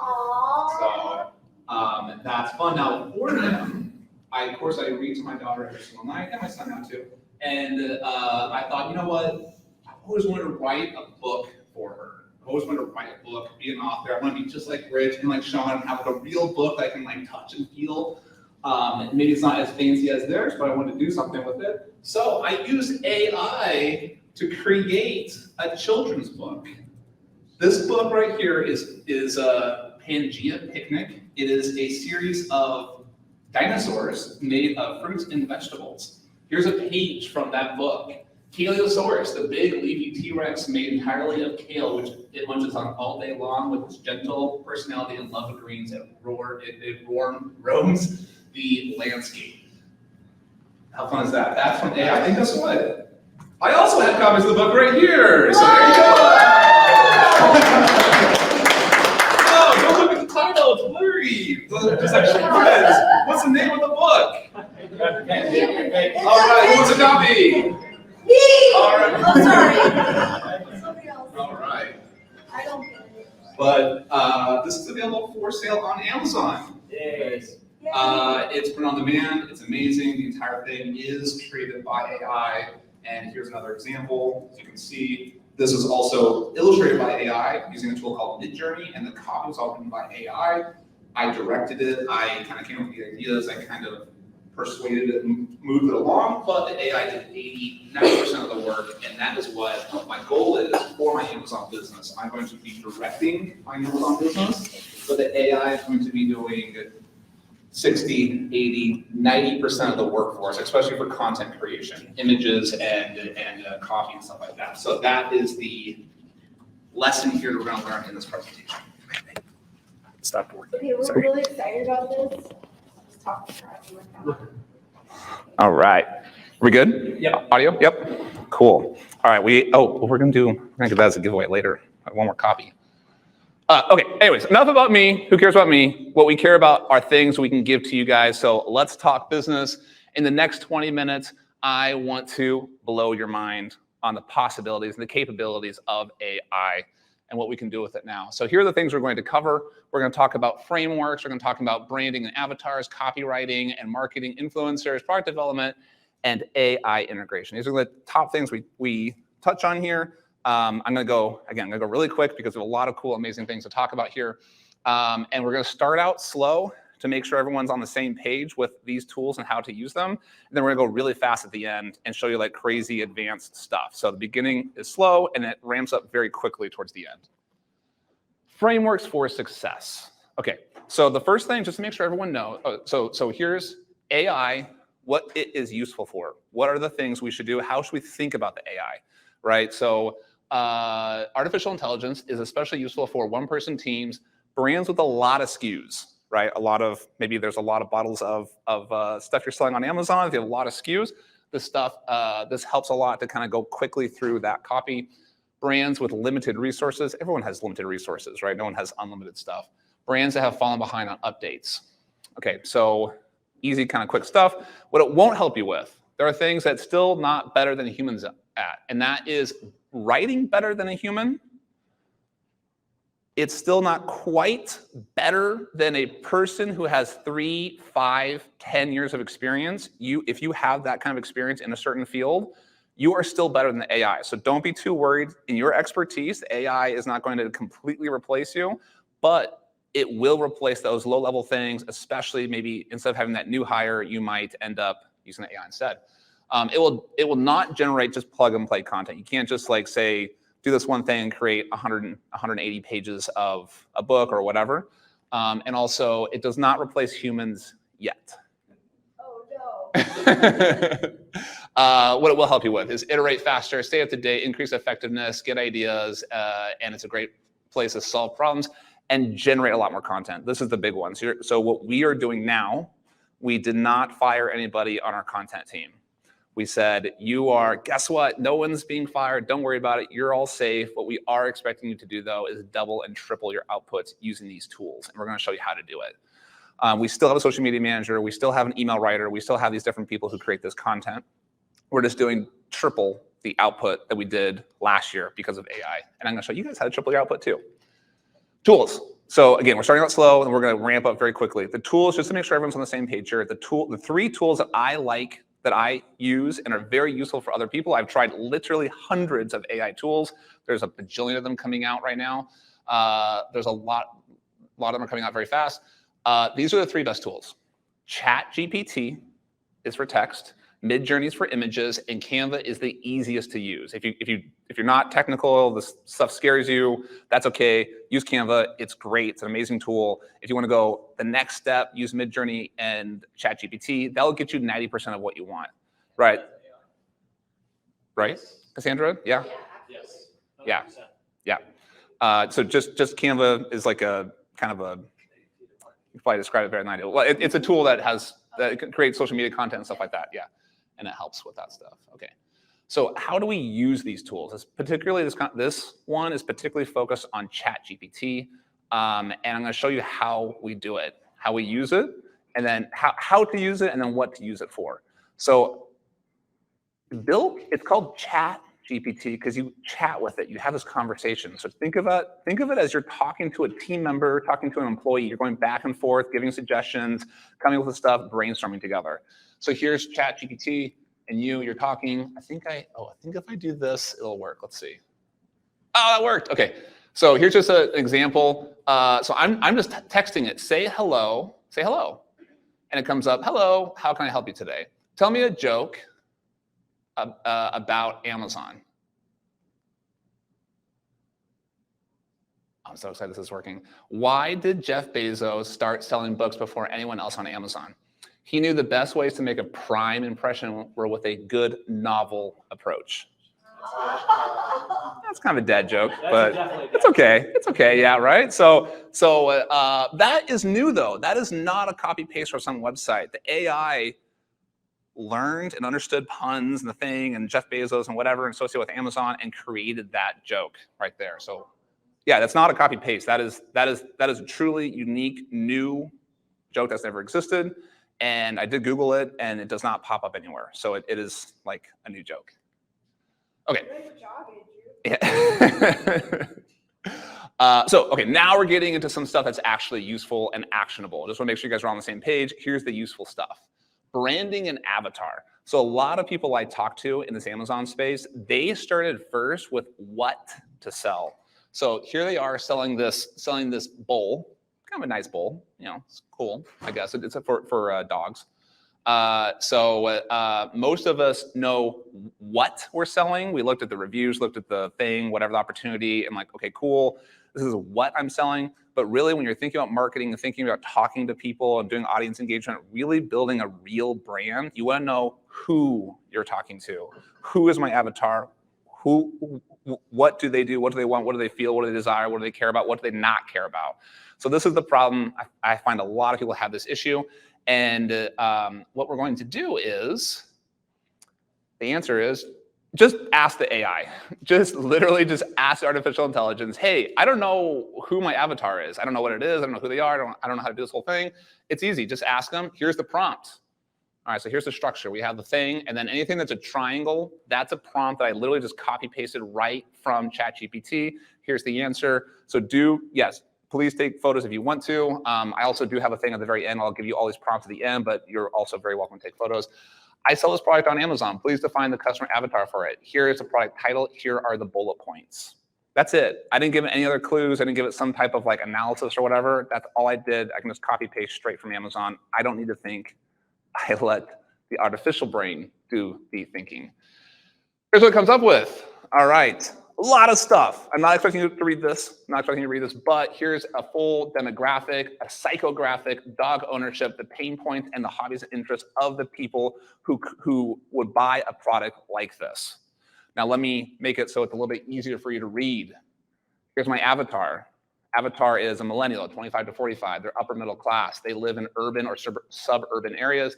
They own a medium-sized dog breed and treat them as family members. They are style conscious and they prioritize aesthetics in their living spaces. This is an AI image, and it's fun. I literally took, I kind of took like 3 of these sentences and just typed it into Midjourney, and I created this image, it came up with this upper middle income. Yeah. Well, I think it's sitting in her lap. It's sitting in her lap. She does. Although she's an accountant now. She was a woodworker at some point because she was actually missing one finger here. But she rocks it. She rocks it. She's not ashamed. It's fine. It's good. Right. This dog is kind of needs some help. I'm not sure what this dog is doing, but these dogs look pretty solid. That dude looks pretty good. I didn't see anything wrong with that guy, but anyway, it's kind of funny, kind of fun. Okay, so I'm going to be using this brand, this avatar, this thing as our kind of like our example during this process, right? This dog brand, right? Okay, that's the brand. That's the branding and avatar creation. I have 20 more prompts that I'm going to give you guys in that field, but I just want to give you one example of how you can define an avatar. Copywriting and marketing. This one's pretty obvious because ChatGPT is a writing machine, so of course it can do copy for us. So what can we do with this stuff? We want to get in the mindset that we should just ask the AI to help us with everything. It can help us with copy. It can help us with ideas. It can help us critique. It can help us think about these different things. Think of it as another team member, an employee, a partner that you can start thinking to, talking with, kind of collaborating with. It's a proper collaboration tool. Anything written can be done by ChatGPT, literally anything. One thing I love to do is ask the AI to help me edit text. Now here are some cool things you can do. Okay, so here are just a top level thing of the copy we can do with the AI.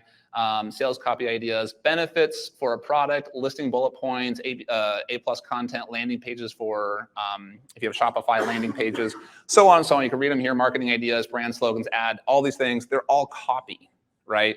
The AI can create all these things for us. The thing I actually find really useful is, yes, I know how to do these things really well myself, but I have team members who don't know how to do them. They might be VAs or they might be recent grads. And they're smart. They just don't know how to think about benefits over features. They read the product listing and they think, oh yeah, this thing is 6 ounces. This thing is 12 inches, whatever. I'm like, no, don't think features, think benefits. And I literally say, okay, if you can't think of benefits, just go to ChatGPT and just tell me, here's my product. Give me the benefits of this product, right? It's really good at it. So now, given this avatar that we talked about, that kind of millennial family that is childless or their dog is their child, that's kind of the avatar we're going for, right? Develop some brand slogans.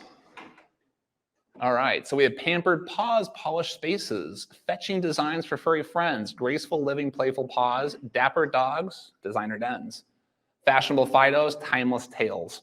Kind of cool little brand slogans, easy little things. You could see those on Instagram posts or whatever, right? Kind of fun. I thought that one was kind of the best. So what we like to do here is create 10, 20, 30 of these things and read them ourselves and find the one that we like the most. So think of yourself as the director and the curator of this information. You might not be the creator anymore. You're the director and curator.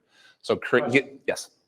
Have you thought about taking those and asking ChatGPT to be basically the end customer and which ones they would pick? Have you done that? Love it. Yeah. So the question is, have you thought about having ChatGPT just pick it for you or think about it for you? Yes. So a lot of times I'll say, give me 10 ideas.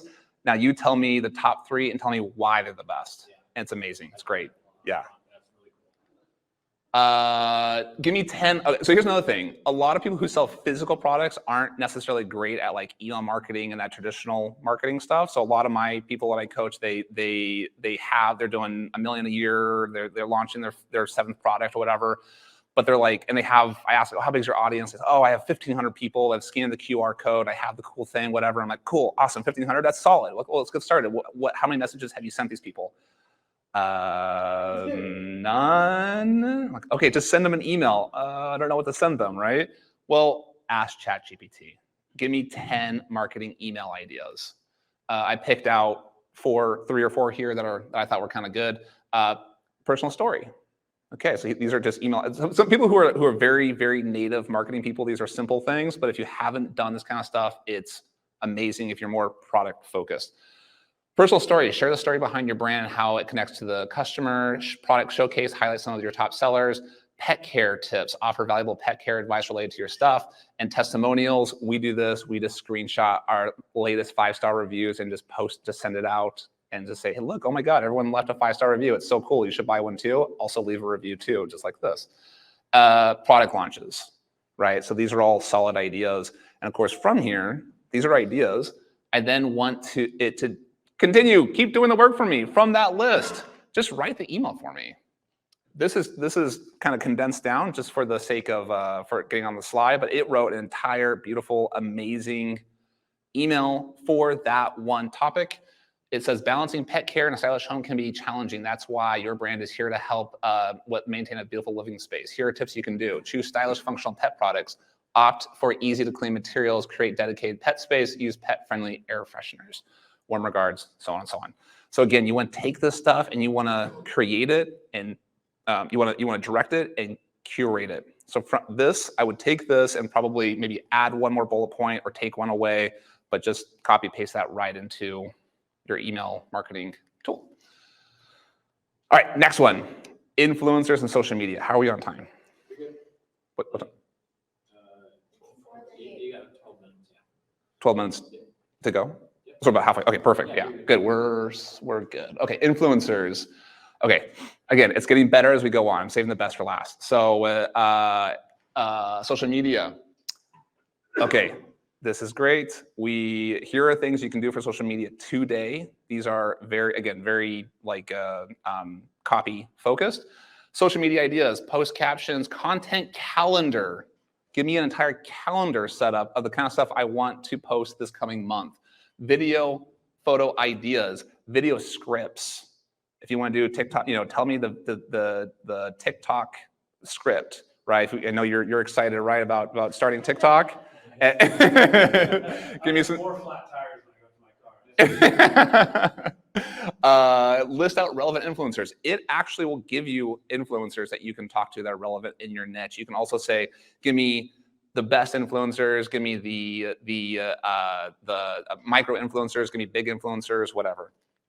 You can also create messages to send to influencers, and you can ask for brand cross promotions if you want to do that kind of stuff. So here's an example that's kind of fun. Here's a picture for our dog brand. We have a cool little cute dog in front of a fireplace, nice photo, but what are we going to caption this thing with? It's fine, I'll just ask the AI, right? Ask the AI. Write 3 photo captions for Instagram. The photo is cute. The photo is a cute, curly, white-haired dog in front of a fireplace with Christmas stockings. Right now, I had to write that in there. I just described it, one sentence. ChatGPT 4 is going to be able to read this image soon, like in May. They're supposed to be able to literally just read this picture and create the Instagram post for you, or create the stuff for you, so I wouldn't even have to do that part. But as of right now, in April, I actually have to write that sentence. Here is the thing it comes up with. Baby, it's cold outside. Our furry friends cozy up to the fireplace, making our hearts melt with cuteness. Hashtag winter wonderland, hashtag furry and cozy. It's good, right? And of course, I asked for 3. You can also ask for 20, and then you can, pick your favorite out of those. Yes, I have a question back there.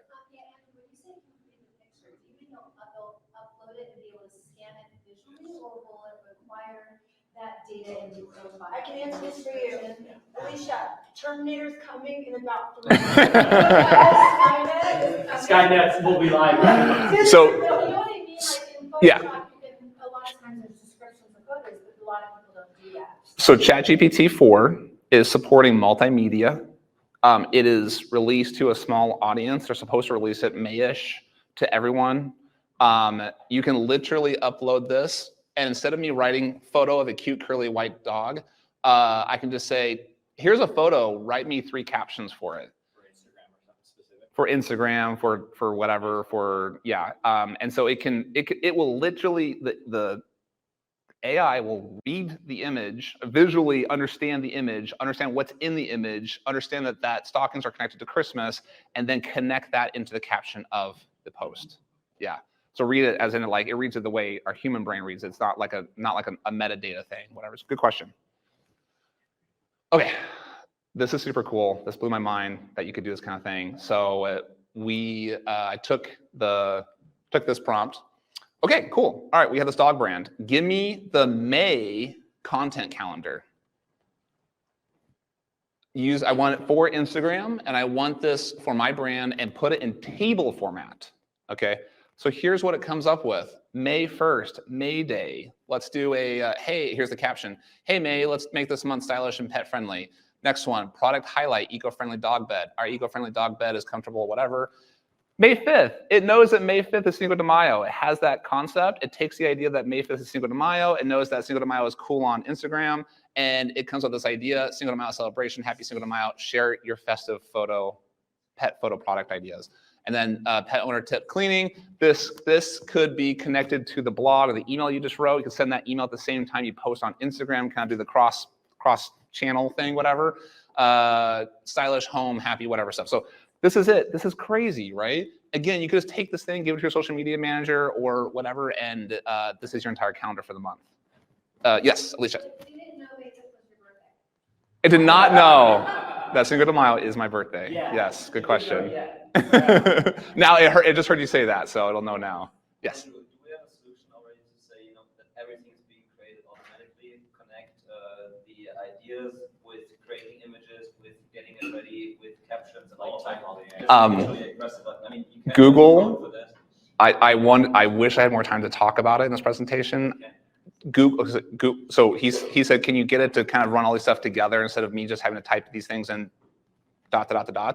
Google Auto GPT and watch you. Auto as in like automatic. GPT. There are tools that do that for you. You give it a goal. I want you to create and post to Instagram for my brand for the month of May, and it just goes and does it. Creates the content and everything for you. Yeah, it's crazy. Okay, now here is my. This is the second to last thing. It's my second most favorite thing here. Product development. I'm a product guy. I love product. We can do product development. Give me some ideas. Give me some ideas of more ideas that my brand could sell on Amazon. I want to solve my customer's issue. Here's an issue my customer faces. Help me solve it with a product, with a physical product. Analyze these negative reviews and look for improvements. Analyze these positive reviews, looking for benefits we should include in our product and in our copy, right? So if you look at the keywords in the reviews, use those keywords in your copy. These are product ideas. Now, here are cool product development things. Give me 12 ideas. I came up with these. I kind of picked out 3 of the 12 here. These ones are designer dog beds, aesthetic pet bowls, and modern dog crates, all inside of that avatar, that upper income person, the millennial who doesn't have kids but does have a dog, and the dog's our kid. That's our avatar. These are the things that came up with. Give me more ideas. Expand on this stuff. I like this pet bowl idea. As you remember at the beginning, I had that pet bowl thingy. Give me more ideas around here. Geometric pet bowls. That's kind of a cool idea. Floating wall-mounted pet bowls. Okay, that's neat. I like that. Now, I took those things. I literally took these exact descriptions right here, just copy paste them right into Midjourney, and Midjourney created these images. These are straight out of the AI. I did not edit them. Wow. Yeah.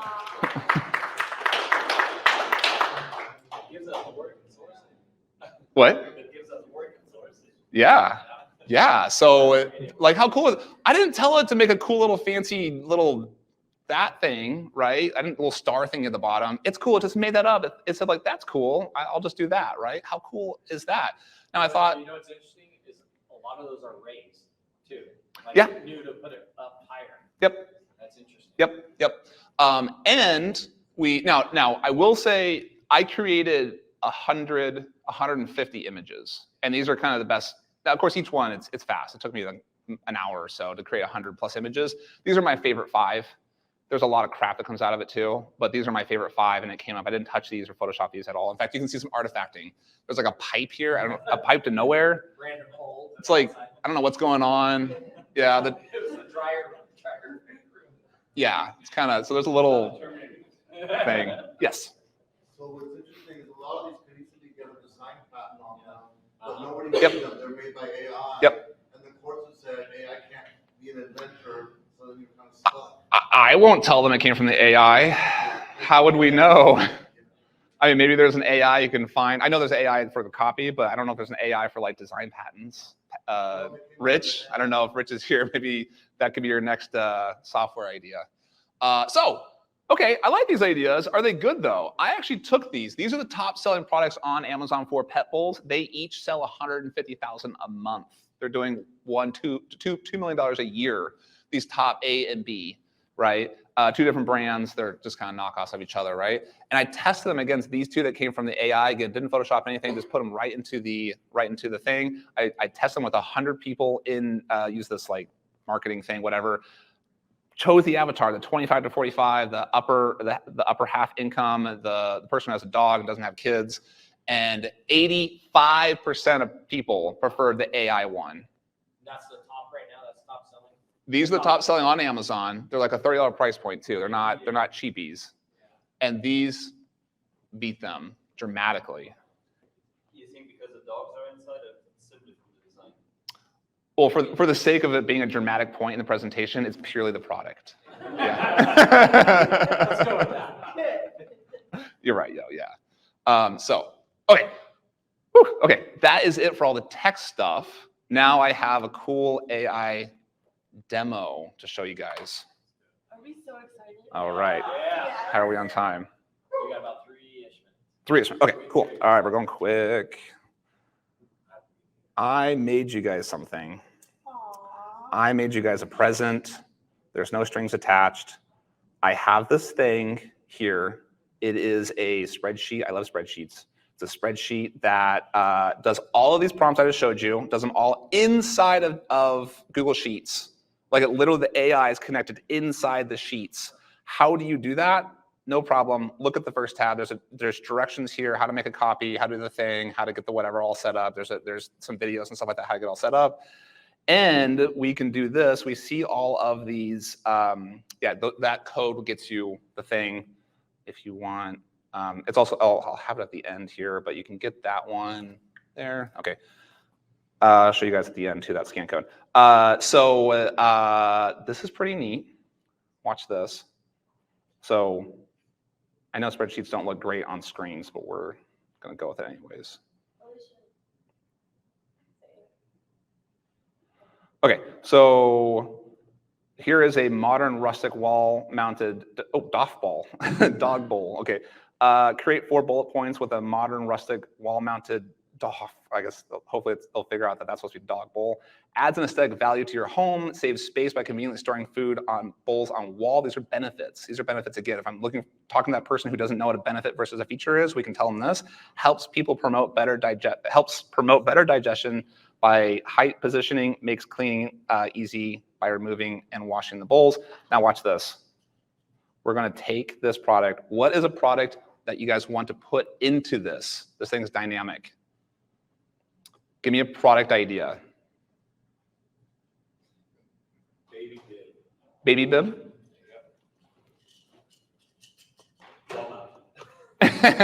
Baby bib. Give me a little more like silicone. With a trap. What's that thing called? Trap or a cup or something? Yeah, just a catcher. Food catcher. Food catcher. I think are those in that age, right? Yes. Loading. Okay. So let's do write 3 listing. Okay, live demos of course notoriously bad, but we're gonna see. It should take. Oh, it's working. Okay. Got it. Write 3 Amazon listing bullet points for this product. I didn't tell it anything. I didn't link in the Amazon thing. I didn't link in the whatever thing, right? I just gave it a little hint, the baby bib, whatever thing. It comes up with this. Keep your baby clean and mess-free during the mealtime with our innovative baby bib with a food catcher. The built-in food catcher helps catch spills and crumbs. Made from high-quality soft materials, our baby bibs are comfortable for your little one to wear and easy to clean. It did it right here, live, inside of 10 seconds. It's magic! Yes,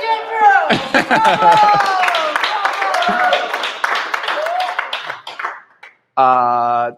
Yes, okay, so again, I have all the prompts in here, about 3 times as many prompts I actually covered in this presentation, but here's another one that's kind of fun when you're getting ready to do your TikTok videos for the baby bibs. Here you go, 3 TikTok ideas. Show a time lapse of a messy baby eating their favorite meal while wearing the bib as a food catcher. Add some fun music and use creative edits to highlight the messiness of the meal. Great idea for TikTok. I expect to see you doing that this evening. Yes, question. How do you really attach those AI tools in your Excel? His nickname is Freak of the Sheets. So, Yes! I didn't even see that. yes, you nailed it. You nailed it. I love spreadsheets. My nickname is Freaking the Sheets, and here's my mug that I love. How do you connect them? Scan that code. It will give you that spreadsheet. You can just make a copy. You have a copy yourself. You can use it. You do whatever you want with it. It's here. It's for you. I made it for you. And the first tab has everything. The whole thing is SOP'd out on how to get it connected. You do need a paid account for this, but the paid account is crazy cheap. It's like literally $1 a month for the paid account for this feature. So it's very, very useful. I use it all the time, and I get billed $3 a month. That's based on usage of it. And if you do have a hard time getting connected, just email me. My email's at the very bottom of the SOP. If you didn't figure out the whole thing, you can just email me. That's it.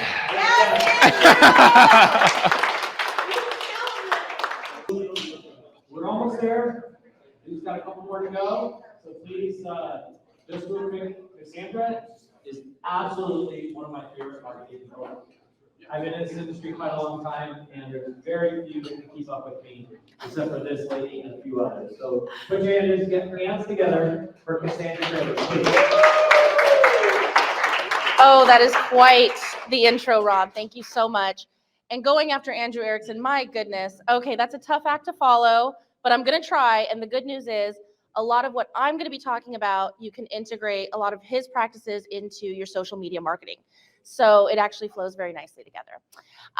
For those of you who don't know me, I am Cassandra Craven. I also didn't do an intro slide, so I'm just going to kind of go for it. Thank you. I'm Cassandra Craven. I am the Director of Social Media Marketing for both Helium 10 and now Pacvue. So I don't know if any of you heard recently, but we recently had a rebrand. And Pacvue is now both Helium 10's sister and parent company, and I work for both. A little bit of shared custody there, so it's I'm going back and forth between homes, but there's a lot of exciting updates there that I can work from the enterprise side and apply to the SMB side for all these Amazon entrepreneurs like yourselves. So today, you're going to also see some of our new branding and aesthetics within this template. This is more for the Pacvue side, but to give you a little, crash course on it. Today, I'm going to be talking about leveraging LinkedIn and Instagram's latest features to benefit your business. Let's get into it. Okay, so in this presentation, we're going to talk about TikTok because I feel like you can't have a presentation in the Amazon space without mentioning TikTok nowadays, and how they are leading the pack and how all the other social media channels are just trying to keep up and catch up and follow suit. We're also going to be talking about Andrew Erickson, recommended post by AI. So everything that he just taught you, this is how it's going to be applicable to the social media sphere.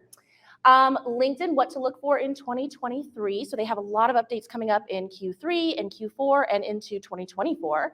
So I'm going to give you a sneak peek of those and how you can apply all of your content now. And then Instagram updates, posting cadence, verification, and shadow ban tips. So we have a lot of topics, and Rob's going to keep me posted on all my timing. Okay, so there's a lot of text, so let me break it down for you. As I mentioned, TikTok is leading the pack. So they are definitely top when it comes to discovery and engagement. And kind of my first note here is Meta, formerly Facebook, and they are just trying to keep up. So the way they are keeping up is the one cool thing about TikTok is that they recommend posts to you based on what you like. And they're going to do the same thing on Facebook and Instagram. So you want to make sure that you're curating your content in app so that the application itself can find it, read it, scan it, and serve it to audiences you didn't even know were your audiences. That's the really cool thing about this. So you want to make sure that you're keeping up with your Facebook feeds. It's not dead yet. Definitely continue to leverage your Facebook groups, your Facebook algorithms, because that is what they're going to be pushing moving forward into the year. This is also a great tip for content creators. And while many of you may be thinking, I'm not a content creator, I'm an Amazon seller, I'm a business person, every time you post or give your insight about Amazon changes, updates, etc., you are a content creator. So you want to make sure that you are leveraging that and people are looking at you as thought leaders and they are finding you and serving your content to other thought leaders and Amazon sellers and buyers in the space. So moving into LinkedIn, many of you have probably noticed LinkedIn has gotten a lot more casual within the last year or so. People are posting a lot of non-professional updates. Still keeping it very relevant, obviously. You don't want to go too skewed into the unprofessional territory. It's not Twitter, guys. So you want to make sure that you're keeping it relevant. But I think if you look at someone like Jeff Cohen, they've really humanized the brand. They're bringing their insights, they're bringing their data points, but they're also giving a personal humanization to it as well. So they have had a huge burst in engagement over the last year and steadily increased since 2018. So what does that mean? Keep doubling down on your LinkedIn posts. They are also going to continue to optimize in how they're, again, trying to catch up with TikTok, all the video content. LinkedIn TV has been swirling around in the social space for about 1.5 years, 2 years now. Similar to Instagram TV, which didn't really take off. In fact, I think it's null and void now. But LinkedIn TV, this could be a thing, especially with all of the engagement. And if you already have podcasts, interviews, if you host AMAs, this is a great opportunity for you to start cultivating and curating that content now so that the LinkedIn feeds will optimize it and be serving it to your audiences in LinkedIn. All right, so Instagram, similar to Meta, they're going to be serving more posts by AI. So again, another person trying to keep up, or another channel, excuse me, trying to keep up with TikTok. So this is specifically going to be seen with Instagram Reels, which I'm sure many of you do. Athena, my love, you're huge on Instagram Reels. So you're going to see all the content is going to get served. So you want to make sure that you're curating all that content in app and how you can serve it to audiences that, again, you may not even know that you want to reach yet. People are going to be discovering you, the engagement, they're posting about you. It's also key that you use keywords in your post copy. So if you're using AI-generated ChatGPT post copy, so people can search exactly what you're talking about, whether it's from a data point, a thought leadership point, or an event. So even today, if you go and type in ScaleForEtail, all of our posts today will come up on the main relevant topics page. All right, what else am I talking about here? Instagram Reels, Instagram plans. Oh, leaning into more ethos and building alongside the metaverse. So they're obviously one company, and they're leveraging more. NFTs were all the rage last year. Now they're still doubling down on that with a more creative approach using AR and 3D posts. So that's coming up in the later year of Q3 and Q4. And Instagram verification. So I'm going to use Athena as an example of this again. So I'm sure many people have seen lots of blue check marks on your Instagram feed lately. And that's because you can pay $14.99 a month. That's not why I'm using it as an example, by the way. But I pay $14.99 a month, full disclosure. But the reason why, so I was searching around TikTok about this and seeing like, what's the vibe? Because there's a lot of mixed feelings about this. And if you are a brand owner, I believe it lends credibility to you. And I did discover a UGC content creator talking about this, sharing her thoughts. And she said, Instagram verification is incredibly easy. That's great, but it's also incredibly easy. So someone could, in theory, use your likeness on a fake, ID card, driver's license, whatever it may be, and use a fake Instagram, a Finsta, and verify it. Athena, how many times have you had fake Finstas? Almost daily. Exactly. So what if one of them verified them and they all thought it was you? Could you imagine? Oh, yeah. Crazy. So you want to make sure you're cutting the chase now, nipping that, getting it right to the top, and making sure that you are verified. This lends credibility to yourself for everything that you're posting about, anything that you're posting about with your brand, and how you perceive yourself as a thought leader and business owner. So you want to make sure you're doing that. I definitely encourage it. I know there's some, again, mixed emotions about it or mixed feelings, but I think it's definitely worth it for $14.99 a month, whether you have your own business or, like myself, represent a company and a business themselves. Okay, so let's talk about, yes, hello. Oh my goodness, Alycia, yes. So you mentioned in two separate places about editing in-app. So what about if you create the content on one app, download it, and then read it like not with captions, like TikTok, for example, but do it without the watermark? Is it okay to then do that in a reel and then edit the captions and everything there? That's an excellent question. So, okay, I do film within TikTok, download it, remove the watermark, and then upload to Reels, just out of efficiency. I do talk about that in my next slide. They do, no, you're great. This is perfect. It's a good teaser. They do reward you for using the footage in-app and creating it in-app natively, because much like AI, it can scan the text and then better serve the content to all your audiences and optimal audiences, if you will. So definitely there's those hacks in there. And I also think about when people are creating their own audiograms in a different app, podcast content, you're downloading it. So you want to try and leverage as many in-app features as you can when actually posting it though. I'm probably still going to do the TikTok download and re-upload, but I'll probably be adding more actual Instagram Reel features into that video content. Thank you, Alycia, the beautiful Alycia. All right, so moving into that, it's a great segue. Recently, Instagram released a posting cadence that they suggest for you per their best practices. And it's a lot, not gonna lie. It is encouraging you to post in feed 1 time per day, as well as 6 stories, if not more. They want you to post in feed once, 2 in the morning on stories, 2 in the afternoon, and 2 in the evening. Good news, Mike, we've posted so much today, we're already adhering to all the best practices about ScaleForEtail.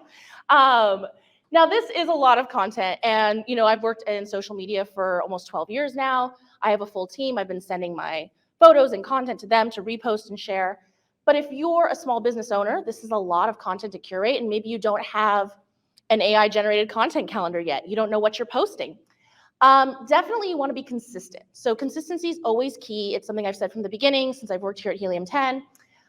You want to make sure you can do what's best for you and what's best for your team. So if they only have the capacity to do 1 story per day, stick with it. Your audience is looking for that content. They want to stay connected with you. It's better to do something than nothing. It's like anything else in life.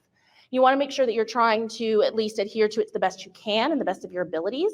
But definitely do some testing. Do a little A/B testing, see if a morning is more optimal for you. This also goes back to where your buyers are, where your audience is, your customers, and who you want your prospective customers to be. So the takeaway there, consistency. So also another thing, this kind of goes back to Alicia's question about low viewership. Are you not getting enough likes?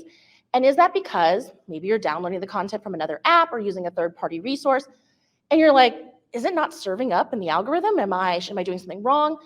And the way Instagram works is there's so many changes each and every day. I'm sure you've seen updates, and now there's new rules, licensing practices, what's get blocks in different countries and venues and things like that. You really could be flagging or triggering the algorithm for many reasons. But before you assume that you're shadow banned, and if anyone doesn't know, shadow banned is when they inadvertently block your content without you knowing. And you just kind of see it or suspect it based on low viewership, low likes, etc. So here are some hacks for you to try with your content before you assume you're shadow banned, but also these are just kind of best practices hacks that you can use to optimize your content. So you want to make sure you're using a hook or attention grabbing copy. If you are familiar with TikTok, but there are a lot of UGC creators on Instagram, they have so many examples of this. There are so many great content creators out there that are great with this already. So try using that within your copy, using it within your title text. And you want to make sure you're, again, Alicia's golden question here, editing natively within the app. This definitely helps with the TikTok and Instagram algorithms and making sure that you're served into the right audiences and that it's actually at the top of the feed for all of your existing audiences. If you don't do this, the algorithm does not pick up on any of the text that you just upload from a third-party source. So it's not scanning that, it's not reading it, but it knows when you put it in there natively. Next, for Instagram and Reels, you want to use fast-paced cuts. I don't know if you've ever seen people who use really slow editing tactics. First of all, it's kind of boring, so don't do it. And second of all, people don't like it, and that's just going to lower your watch rate, which pushes you down further in the algorithm. So you want to make sure you're doing quick, fast-paced cuts. I saw a lot of Titan Cancun clips, and they were fast-paced cuts. I was gripped. And then that makes people want to watch it multiple times because you want to keep seeing the content, they share it out. I mean, Athena here, she knows what she's doing. I mean, just got to give the credit where credit's due. Oh, love you. Moving into showing face. Oh my God, Athena, you're another example here. No, but honestly, I think, again, we all got kind of, especially during pandemic life, people were using a lot of stock images. They're using a lot of graphics. And again, the algorithm does not favor that. You want to make sure you're actually showing your face. You're taking real photos. Anything that you can use to advertise your brand using an actual person, specifically use UGC content, not just a stock image, will benefit yourself and your customers in the algorithm, definitely exponentially. At Helium 10 and Pacvue, we have a full-time TikTok queen, as I like to call her, Sydney. She makes all of our promotional content, but it's all using her face.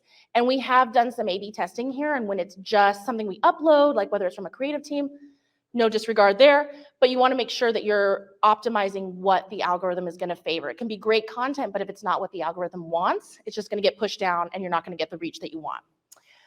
All right, let's see what we have. What's next?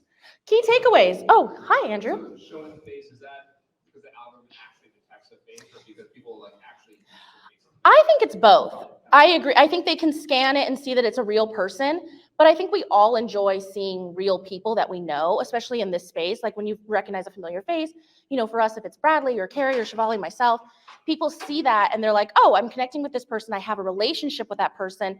What are they talking about? And I want to know more. So I definitely encourage that in all facets of social media. All right, some key takeaways. Rob, I think I'm pretty good on time. I think I really zipped through this. I know it's late and we all want to go get a drink, so I'm just being mindful. Key takeaways, Facebook and Instagram are playing catch up to TikTok. You want to adhere to best practices and better serve the algorithm to get your content seen. And prepare now for LinkedIn video updates. So make sure you're optimizing your content, getting that prepped. You mentioned YouTube, Rob. Use that as your pillar piece, cut it down, snippets, and optimize it for each channel and how it can be better seen so you get the most reach and maximum exposure. And please follow me, Pacvue and Helium 10 on all of our social media channels. I can give you any insight. I can send you this presentation. Reach out to me, Cassandra_Craven, Pacvue Corp, Helium 10 software. And there you are. Thank you so much. Oh, I do have time for questions. Thank you, thank you, thank you. If there are any questions, I'm happy to take them. Otherwise, I can chat with you throughout the evening. Wonderful. Let's all get a drink. Okay. Oh, after that wonderful presentation. Yes, my love. Thank you. One of the things that we've done in our industry is using influencers to disrupt our industry. Yes. I would love to hear your take on that. Leveraging influencers. I think there's a wide variety. One thing, again, Andrew's presentation about, you know, looking at AI and that they can actually tell you about micro influencers, mid-tier, and celebrity tier. You can leverage a lot of the clout that they have instilled with them to adhere to these best practices, if you will. So if they already have a following or a reach, a viewership of a certain amount, just doubling down on what they're recommending will only increase that viewership, which gives you brand awareness. So I definitely always encourage using influencer relationships, branding, and it doesn't have to be the mega influencers. You don't have to go for Kylie Jenner, but you can definitely find some local influencers in your city or where you want to target your audiences. So thank you, Athena. Yes. Following up on that, is it good to have influencers along with, let's say, yourself and Bradley? Because I notice as I'm going through Instagram, I'll stop on yours and Bradley because I know you guys. Versus your influencer, I'll kind of look, but I scroll past it. No, I don't pay attention as long. So, no, I definitely agree. Is it better to have like a mix of that? I think it's definitely better to have a mix. When we talk about like influencers for Helium 10, it's also, we try to leverage people that we know, like familiar faces like yourself, so that people do stop and scroll or they're not just scrolling through. Also good to look at people who reflect your audience though. That will also make them, you know, not just keep scrolling inadvertently. They're gonna like, oh, I can relate to this person. There's something about the fashion, the look, the aesthetics of them. So I definitely recommend a mix of both. There are a lot of UGC content creators I've actually found on Twitter recently. There's a whole like subculture of it. So you really have your pick of the crop, if you will, if you're looking for anything or certain people to push your product. But you're also going industry specific, right? Yes. You're not going to get a Kylie Jenner because I'm not going to watch her for Helium 10 or back. You wouldn't? No. Oh gosh, we got to cancel that contract. Now, if I need makeup for some reason, then I might. Yes, exactly. You really want to make sure that you're leveraging influencers that relate to your brand and who your actual membership are, your customer service. Awesome. Wonderful. Thank you. Thank you. Thank you.